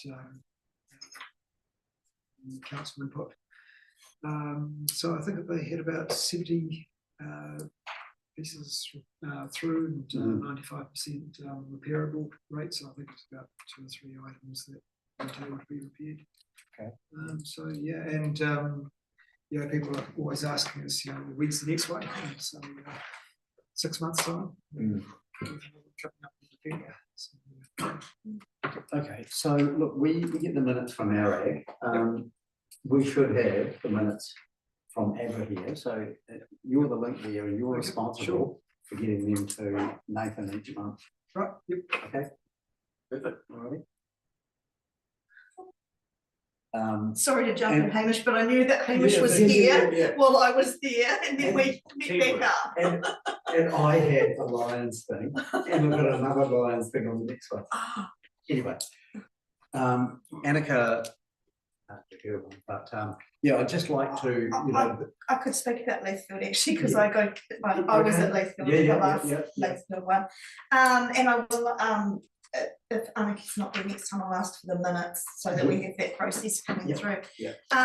Probably the big thing down there is they started a bit of an exploration process last year as to how to go about officially changing the name of Leithfield officially to Leithfield Village. Okay. And there is a process that I looked them up with Judith, and there's a process, and so Neville Monks has been leading that down there. And when Kerry Walsh came down to talk about tiny homes, because there were lots of questions down there, he did a fantastic presentation on this is a tiny home, this is a granny flat, these are all the rules, right? When he came down, there was a big turnout, and so there, it feels like there's support for that. And so they've moved to the next step, and then it's a fully notified process that happens. They'll come to, I'm not sure if they'll come to us. Mhm. I imagine they'll come to us, and then it will go to council, and then it goes wider. So yeah, that's probably the biggest thing happening down here at the moment. Yeah, that's good. Kevin, we're just going around the different community groups. Anything else to report from Amberley speech? Most of the time they talk about the cap. So there was a discussion on that. I won't go into it. The other thing is that there will be a working bee down there on the 28th of June to do some work clearing, some previous planting down there with the Hohenau Trust Weedbusters group. Probably that's about all from there. If we are going to do this, I mean, if we quite a lot of the other community boards do have a report back like this from other groups. So if we were warned, we can jot a few notes down. Leithfield Beach had a meeting on Tuesday. Main topic was probably around the men shed. They showed us what they've done on the site down there. Very impressive, and there's a big discussion about the fees and charges policy from the council, which gives the executive committee the how to do what fee waivers for non-profit groups, which didn't seem to sit very well with some people, minority I might add. But it was an internal organisation, so the council had confirmed they did have that authority and that they had governance responsibility. They had some concerns about there had been an incident on the Kauai track of a elderly woman being assaulted by a gentleman middle-aged, etc. and so forth, but they've not been able to identify him. That's sort of probably a bit of a process there. So I don't think there are any great issues at Leithfield Beach. There wasn't a huge number of people there. Amberley Beach are very much still centred on the bum and maintenance on that, on the cap, on those issues associated with that. Okay. You might have just been out when I sort of did an overall thing here about the 5 silos that used to be. We'd be happy to have or would like to have the minutes of those organisations reported in here so that we can see if they will, because we get ARAG, ADRA through. I can ask that. I can't guarantee that it's in them. Well, can you take it through that we are interested in having So that some as part of other the relationship? Some other community boards invite the residents groups and occasionally on a bit of a roster to chew the fat, talk about the good, the bad, the ugly, etc. and so forth, where they go and what they want. So that's another way they do it as well. Yeah.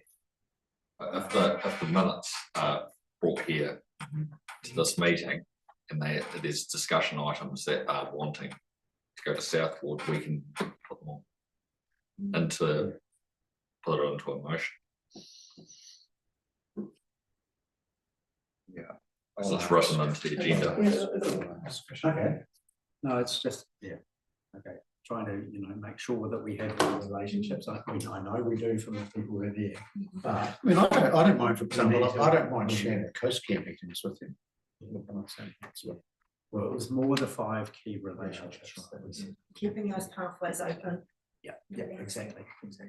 So, okay, So, but on the subject of Coast Care, Mr. Chair, James has talked about all his trouble who's up at the Domain. I can tell you that we have exactly the same problem in the dunes. The who's precisely. Just all right, well, look, thank you, everyone. I'll call the meeting to a close. A bit longer than it's been for a while, but thank you very much for your input. Thank you very much. Yeah.